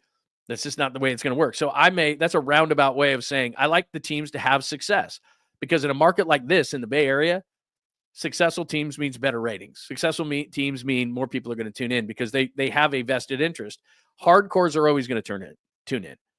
You're trying to get the casual. In the radio business, they call that a P1 listener, which is back in the day when you had your radio in front of you, your number one preset, number one, that was your favorite radio station. So they called those people P1s. You may have heard that term before. So you're a P1 listener. So I hope to turn you all into what I would call in radio a P1 listener. And if, I'm decent enough, that should be the case, right? So that's what we would do. But you'd get more casual listeners the better that the team got. In some markets, New York, Philadelphia, Detroit, the worse the team got, then the better the ratings would be. Now, there had to be compelling stories around it, but I'll give you a great example. Like the Jets this year, I'm sure ratings in, sports radio or whatever the case, wherever people talk, forums, YouTube shows, whatever the case, podcasts, were probably through the roof. Because people in New York like that stuff. And Aaron Rodgers was a huge story, and Robert Saleh being fired. And there's a difference between a team just being really bad and really boring, and a team that is really bad but has compelling stories around it. Around here, generally speaking, I'll give you a great example. the 49ers were 6-11 this year. You know that. But the ratings were probably pretty good. Everything around the 49ers, just because injuries, everyone wants to talk about Kyle. And I mean, there was 1,000 stories. Ayuk, Trent Williams, Debo, all these. There's 1,000 stories around the 49ers, which is why, despite a 6-11 season this year, where you would think, especially on the West Coast, people aren't interested, there's a million stories around the 49ers. They're not out of this thing. Are they still in this window? All these, a million things to talk about. So tomorrow, we'll have Matt 𝐬𝐿𝐫𝐿𝐫 on the show, because there's a lot of compelling stories around the 49ers, despite the fact that they're 6-11. So you can have both of those things happen at the same time. Make sense? What else? There's people asking about Sam Darnold. Those last two games, at least according to the experts, I don't see that. Yeah, see, you never knew I was called a P1. See, if you learned one thing on the show, that's pretty good. That's not a bad thing. All right, should we do a little bit of Caboose Pistol here? Because I do have some Caboose things, and I don't believe that Danny is going to call today, which is totally fine. And we'll get back on the same page tomorrow. Let me make sure, just before I play a Caboose and we wrap up a Wednesday edition of the show, that you haven't left anything unanswered today, because I'll get back out there and I'll check that out. Let me just check one more time to make sure we didn't get our wires crossed, times crossed, whatever the case may be. Maybe he thought it was tomorrow. Lincoln closed, blah, blah, blah, 11 a.m. Central, correct. Blah, blah, blah. That's 9 o'clock Pacific. Yeah. That's right. Sounds good. And so something must have happened. No big deal. Let me double check. Yep, that's not it. Okay. All right. Let's get to some sweet, clean, family-friendly Caboose Pistol. So I actually have a fancy open for this whole thing. So let's do this. Let me get to the fancy open really quick, and we will. Funky bed, big pole. Here we go.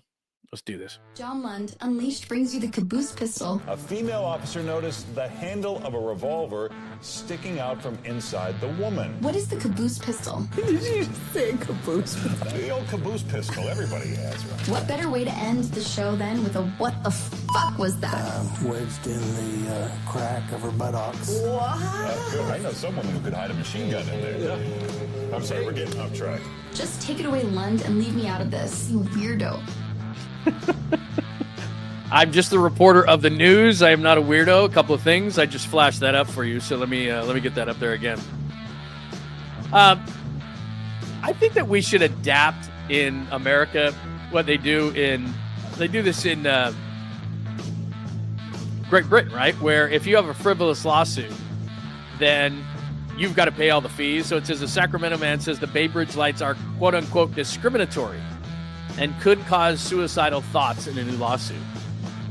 Now, maybe this guy's got something. Maybe I'm 100% wrong. Maybe I'm being, maybe I'm not being as nice as I should be on a story like this. But I've gone over the Bay Bridge a million times, the Golden Gate Bridge a million times, and not one time have I thought to myself, you know what? These lights are discriminatory. Now, suicide is something that you don't joke about. I completely understand that. But I have never thought to myself, because of the Bay Bridge, that I was going to commit suicide. It just wasn't anything that had ever popped into my mind. And when I see stuff like that, I think to myself, does this person just have nothing going on? Is there just nothing else? And it's like, you know what? I'm driving across the Bay Bridge. These lights make me want to be suicidal. I mean, those do right now, as I look at them, they do kind of like they could be in a disco or something. But I've always thought it was the coolest thing. When they redid the Bay Bridge, remember when you went over it for the first time, when they redid it? It's like, this is the coolest. You're driving over it going, yeah. And so I've driven the Bay Bridge, not a million times, but more than 1,000, the new Bay Bridge. And it's not new anymore, but I mean, ever since they redid it, at least 1,000 times. I've never thought that one time. And so if I'm a judge, I was thinking about this when I saw this story today. If I'm a judge, it's like, I almost have to laugh. I mean, the fact that suicide is in there, okay, I'm not going to laugh, but it's like, what could that guy possibly say to win that? Now, I didn't look at it. I don't know how much the guy is looking for in money or whatever the case may be. That's just a grab right now. And I think our country should just say, okay, you can bring these kind of lawsuits, but when you don't win, and you won't win, that you've got to pay all lawyer expenses, because it's a massive waste of our time. And you're just looking for a money grab. So stop it. There's my thought. You can give me your thought as well. One other thing, and this is amazing to me. By the way, I don't think I put this in, so I'm gonna do this, and then I got something that I'm not gonna show on the screen, but I'm just gonna ask you a question about it. This is pretty amazing. Fox 2 with the hard-hitting news of Duncan faces donut shortage. Some Dunkin' stores are facing a shortage of donuts. Some employees, blah, blah, blah, blah, blah. Supply chain, blah, blah, blah, blah, blah. So first of all, what this is, because we cut through a lot of crap here on the show, this is just Dunkin' trying to raise their prices. There's no donut shortage. Get out of here. There's not a donut shortage. There's no supply issue. There's no supply chain issue. You're just saying, God, I'm sorry, we just can't get those in. So, I don't know, that apple fritter or whatever, or that the chocolate, whatever the case, that thing's gonna, it used to be $1.99. Now it's gonna be $2.50. Like that's what they're doing. I know that's what they're doing. There was not a donut shortage. I've never heard of a donut shortage. In fact, I'm going to go to my donut guy because the best donuts anyway, no offense to Dunkin'. I'm not going to we can go on a whole tangent about Dunkin' because it's an East Coast thing. I don't get it. Their coffee is not good. It's rock good. Remember yesterday I was talking about the caramel coffee that I thought we had at my house and I didn't like it? Like that would be gourmet. That would be gourmet coffee compared to what they give you at Dunkin' Donuts. Maybe you like it. But people on the West Coast, and this is a weird thing, and I don't know why this happens because it's going to send me on a tangent, there are certain things because of certain pockets of the country that certain foods, certain drinks, certain things, like Tim Hortons has horrible coffee, but up in Canada, it's like everything. Dunkin' has terrible coffee and below average donuts, but on the East Coast, if you said that, if I said what I just said to someone in Boston, and there's probably somebody from the East Coast listening today or watching today, I should say, and I said, Dunkin' sucks. Because I just basically say Dunkin' sucks. Their coffee's not good, and their donuts are vastly overrated. And somebody would just go crazy on you. So it's all a regional thing. It goes back to In-N-Out and Five Guys and all those different and I'm not trying to go down that road. I'm just simply saying that it's not great. And I got a local guy right next to me. We all do. I have a guy right down the street who does the most amazing donuts. And I know that on like you're a national brand kind of a thing. You can't replicate that. They're amazing. So I'm going to ask him if there's a donut shortage because I haven't been in there in a while because I'd love to eat donuts every day. Who doesn't like donuts? Like if you don't like donuts, there's a problem because they make them in every kind of frosting. I could eat 50. I love donuts. And I don't know who ever came up with the donut. Maybe you do. Essentially you're eating cake for breakfast. It's got frosting on it. It's just in a way that it's like, well, look at this. It kind of looks like a bagel. It's got a hole in the middle of it, so maybe you're feeling better about that. It's just donut is all marketing. It's cake. It's wonderful. It's amazing, and they make so many different kinds. So if there was any kind of, if I didn't have to be healthy, if I had a fast metabolism, if I was much younger, I'd eat donuts constantly. The only bad thing about donuts, and I don't go into an office anymore, so this is nice. The half donut guy. Like clearly because nobody's taking a knife to that thing. So somebody brings in donuts and then half a donut is left, or there's 3.5 donuts left. And it's like, look, this is another philosophy of mine. You're either on a diet or you're either eating well or you're not. So if you're going for a donut, eat the donut. If you want a burger, eat the burger. Like you're not, I can't do that. It could be a cheat day. Fine. But half a donut, full donut, when you're on your deathbed and you're laying there, the way that you look, a half a donut's not going to make a difference. Now, maybe if you do a half a donut every day for the rest of your life, that might make a difference. But if, a colleague of yours brings in the donuts, puts them in the kitchen area, and then you do half a donut, I already know that you picked the donut up with your hands, which I don't know where they've been, and you tore the donut in half. You did not take a plastic knife from out of the drawer at the kitchen at the office and cut that thing in half. Because if you did, then you would have had to take a fork too. And I know you didn't do fork knife. And so you tried plastic knife. That didn't work. So you put your hand on it, you held it, and then you cut it in half. And then the part that you put your hand on, you put back in the box. So nobody can eat that. I don't ever eat the half donut. Never, because I know whoever left it put their hand on it. And I don't know where their hand's been. So anyway, there's not a donut shortage. It's a bunch of crap. That's where we got. That's a bunch of crap. There's no donut shortage. And what Dunkin' is trying to do, and don't fall for it, they're trying to say, well, we're just going to have to raise those prices. The maple bar, that's an extra 50 cents. Get out of here. Lund's gripes. Didn't Homer Simpson do that in The Simpsons? He had some kind of a thing like that. I'm not griping. I'm just saying I love donuts. Love donuts. And everybody has like a mom and pop shop. We have like 2 by us, but there's one in particular, and it's like the guy's awesome. Absolutely awesome. And when I was younger, actually, I lived in Walnut Creek when I was younger, right by Larry Krueger. And this guy was a huge Warriors fan. And I would go in there all the time and be like, hey, what's up? What's going on? And then I quit going in because I was getting so fat that I was like, I can't go in anymore. And then every once in a while I'd go in, but I'd just go in. George was younger, and I'd go in and I would get donuts for him, and he'd be like, where have you been? He'd be mad at me. Where you been? You don't want to talk Warriors with me? Why don't you come in anymore? And it's like, because you only offer donuts. I can't eat donuts every day. Like, they're probably my favorite thing, but I can't come in every day for donuts. No. My God, man. Oh, look at the donut burger, says Gizmo. Are you making reference to, good to see you. Are you making reference to the burgers? Somebody did this. It might have been at the Texas State Fair. John Lund Unleashed Junk Food Jam. It might have been at the Texas State Fair, in which when I lived there for a number of years, they deep fried everything. It was kind of a competition. Deep fried Snickers bars. As weird as this sounds, deep fried Coca-Cola. I was going to say Coke, but you think it's not Coke. But all these different things that they would deep fry. And they did that one year, and it was like, oh my gosh, it was insane. Anyway, and they would take a donut and they would put a burger on it and the glazed donut on the outside, and they would deep fry that thing. And you're thinking to yourself, that's going to be the grossest thing ever. Nope. It was amazing. Amazing. Oh, see, I knew this would happen if I brought this up. Everybody's talking about fries now. I've never heard that Nation's fries were that good. Chili cheese fries sound amazing. All right. I think that's it. Anything else we got to do today? I'll double check on Danny to make sure he's okay. I apologize. See, Mike's going, the Entman's a chocolate donut and a glass of milk. Glass of milk is so underrated. I'm not a milk guy anymore. I don't do much. Oh, look at Skills. Donuts give me heartburn. Yeah, dude, when you get older, it sucks. Donuts give me heartburn, and Pepto is expensive. I have a subscription. I have a prescription for a prescription Pepsid, and it takes everything away in like 1 second. Go to your doctor there, and you can eat all the donuts you want. But you're right. You get older, man. It's not only will they make you fat, everything. Oh, look at that. I got a great story. Sorry, I was going to leave, but now I can't. Hi, Steve. Loved Winchell's donuts. No sugar in the morning, says Wes. Yeah, you're right. Nobody should do that. Alaska, I pretty much hate you. You're in Cabo right now? Where are you? My God. Okay, so let me stay focused for 1 second. And there's another Winchell's in here. I don't know. Do they have Winchell's anymore? So when I was growing up, my parents in Southern California, my parents would make us go to church. And I would, on purpose, this tells you what a rotten kid I was. And I've changed it a lot.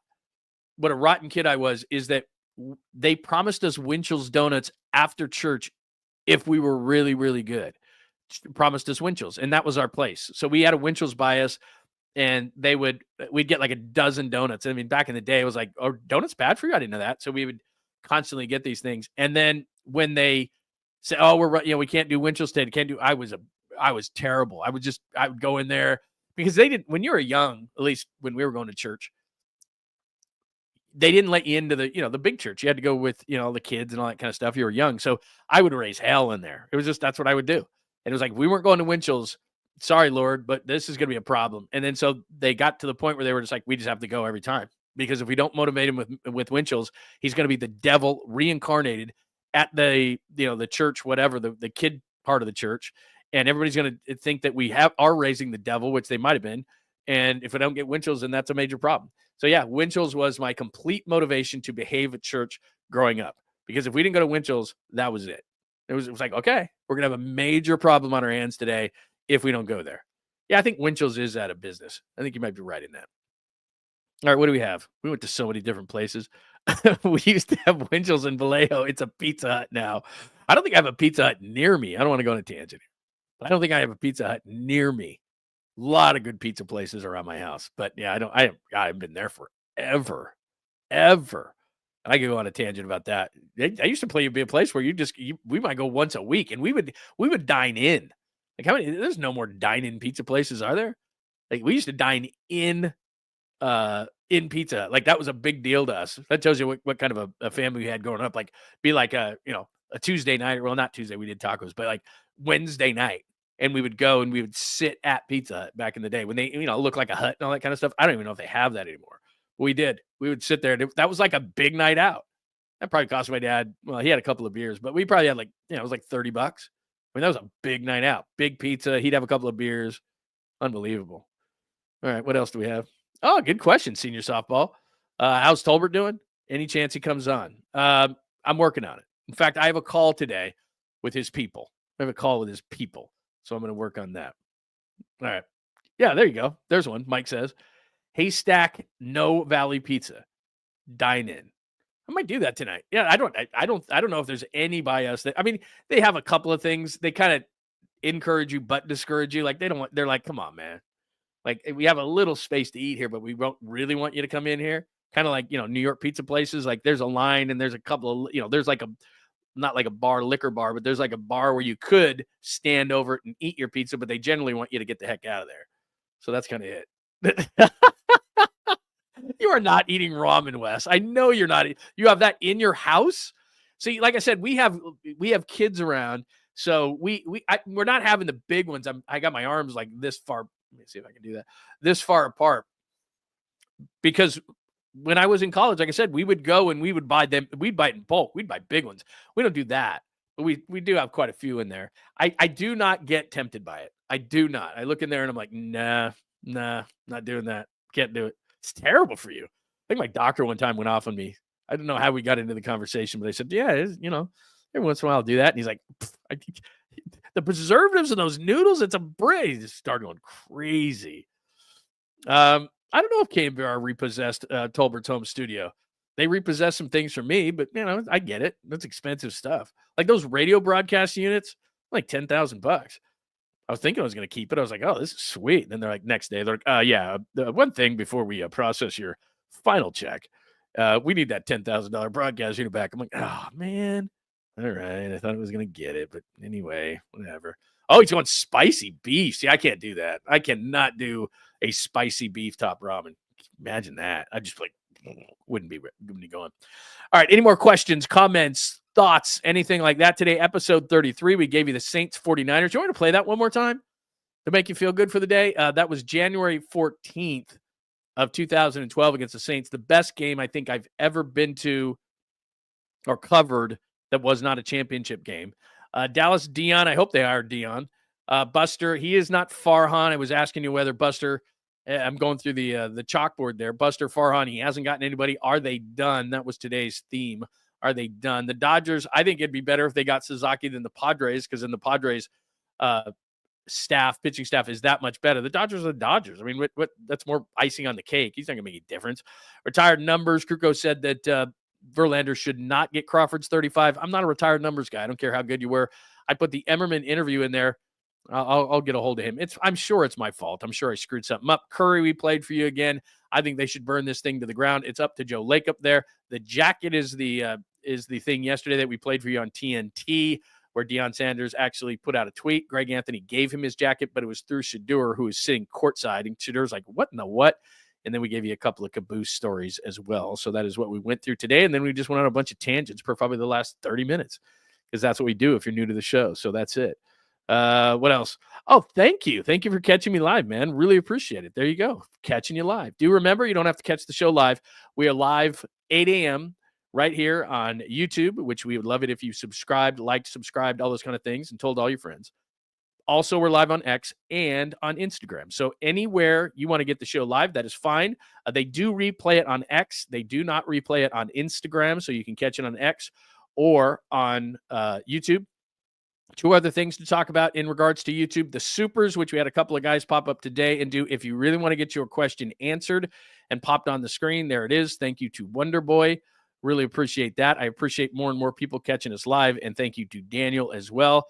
An old drinking story. I'll come up with a better one tomorrow. Because that one about the amusement park was just the first one that popped up. So I got to do better than that. I've got better stories than that. Yes. Who just popped that up? Jazz fan said Brody Brazil has a sweet studio setup. He lives very close to me, and I've told him we've talked a million times. He's doing a thing with the Sharks now, which I think is absolutely great, right up his alley.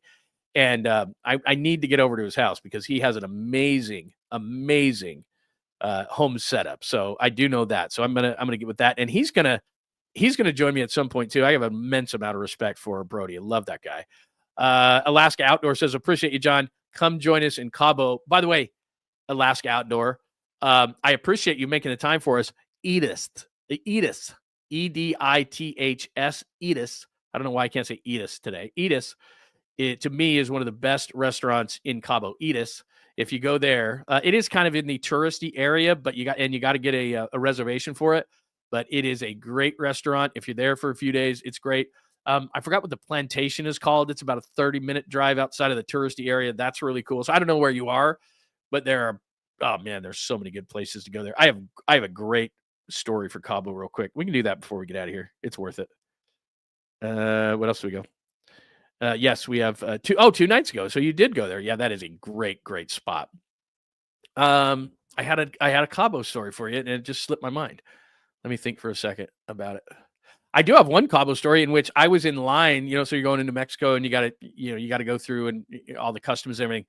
And I'm walking, and it's kind of a snake type of a line. So I'm walking, I'm looking, and there's Jed York and Al Guido. Al Guido is the president of the 49ers, and Jed York, and they were celebrating Jed York's 40th birthday. And they were looking at me like, "Why are you here? Are you following us?" And so they were walking towards me, and they had no choice but to say hello to me. Yeah, Al had always said hello to me, but I was like, "So where are you guys going to be? You want to hang out?" They're like, "Yeah, we're in a private area. You're nowhere near that." That's not happening. But they were nice to me. They're very nice to me, but they had to be because they were walking literally in this line for customs right at me. And I was like, there's no way. You cannot not see me. So let's go. Man, I can't believe I forgot what I was going to say. I had a great story for you that I was going to leave you with today. I'll think of it. I'll think of it afterwards. Yeah, Steve. Brody Brazil, YouTube is very good. He goes into issues outside the game, like stadium issues. Yeah, Brody's great. My story on Brody is, since I told you I was going to tell you a story and I don't want to let you down. When I first got here to the Bay Area in 2010, and then we started in 2011 on 95.7 The Game, and I was on Comcast all the time, and you probably remember these shows like Chronicle Live and all those kind of things, and we all went on those shows. All the media went on the shows and those kind of things. And so I was in and when we were on 95.7 The Game, it was right across the street from NBC Sports Bay Area.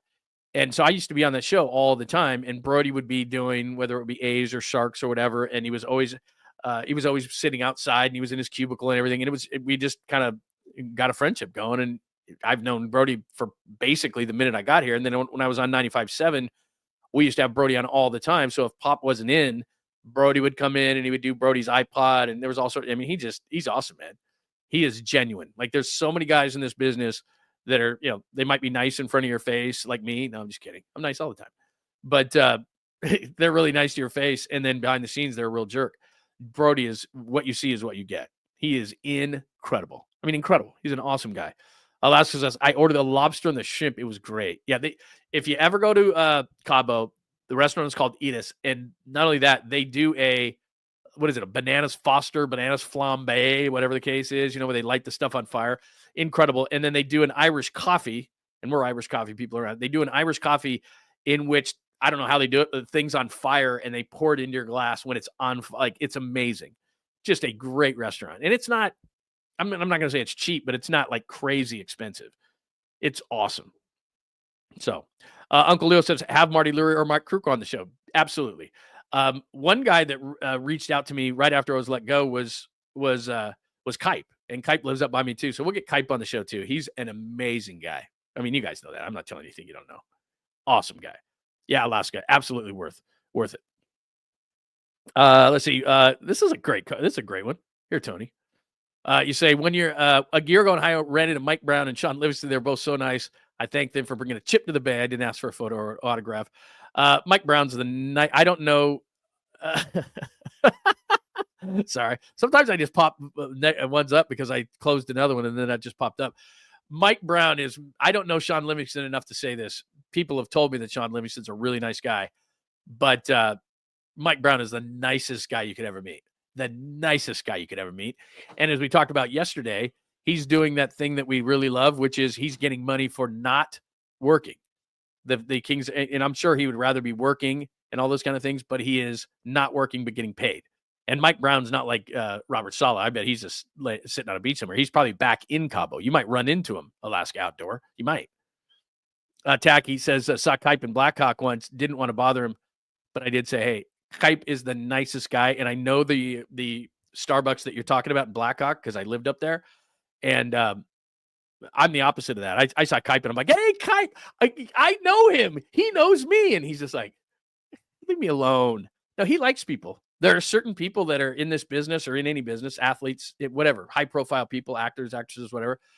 And they genuinely love people. And they'll just say, hey, because they understand that if not for people, that I wouldn't have the success I have. So people then like, no, I love it. It's great. Kipe's one of those guys. It's like you come up to Kipe, you want to talk ball with Kipe. He's an awesome guy. No way would you be bothering him. Now I could be wrong, but that's the way I perceive it. Yeah, Black Hawk Grill, Tacky. I went in. Yeah, Black Hawk Grill right there. All those places. But that area where the Black Hawk Grill is, that thing is like, man, it's dead now. I mean, it's brutal. All right, is that going to do us for today? Good time had by all. Really appreciate hanging out. All of a sudden, it's 2 hours and 15 minutes into this whole thing. Do appreciate Wonder Boy today and Daniel for the super chats. You can hit us up on super chats if you want to get something absolutely positively off your chest. Do remember if we have breaking news and select Warriors post-game shows as well as the Giants when they get going as well. Make sure that you subscribe on YouTube and then you don't miss anything, and make sure your alerts are on at John Lund Unleashed Pod. Hit us up every day if you can't do that. On X, we do it live. On Instagram, we do it live as well. And we'll put out stuff throughout the day. And then wherever you get your podcast, if you just are like, wait, I just want to listen on the podcast, Apple, Spotify, wherever you get your favorite podcast. Great show today. It is all because of you. And I'm not just saying that. You guys are great. I love reacting off the things that you say. If you weren't here, I would be just talking to myself. And while I could probably do that, because you're like, you could probably do that. Yeah, I could, but it wouldn't be near as fun for you. Oh, look at you, man. Nathan, you are the man. Have a nice day. Thank you for the contribution. Nathan throwing in $5 to the kitty as well. Where this money goes, by the way, you might want to ask, because they told me when I started doing this, like, you might want to tell people where the money goes when they donate. And I'm like, yeah, okay, that's a great idea. I have a son in college, and I'm on my second wife, so that's where it goes. I don't see any of it, but it's nice because I'd have to pay him anyway. So that's probably where it goes. You are the best, Nathan. Thank you so much, and you have a nice day as well. Please tell all your friends. Oops, what happened? See, I'm getting this still down because what I do is I close something and then somebody else gets a free shot on the thing there. But really, really appreciate you guys hanging out. Please make sure that you tell everybody, all your friends, and all those kind of things. Like, subscribe, check us out on all the platforms. If you got any questions, comments, thoughts, we're also thinking about doing a Saturday show. So if you want to tune in on a Saturday show, what time would work for you?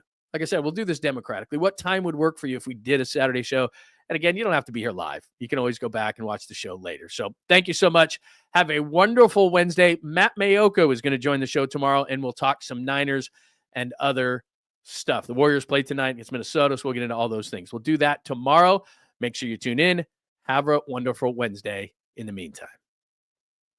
Thanks for hanging out with John Lund Unleashed. We'll try to be better next time, though I wouldn't hold my breath. Please like and subscribe on the John Lund Unleashed Pod YouTube channel. Watch live shows weekdays at 8 a.m. on YouTube, Instagram, and X. And make sure to have your alerts on for shows throughout the day or night. All things Lund can be found at johnlundunleashed.com. johnlundunleashed.com. Goodbye!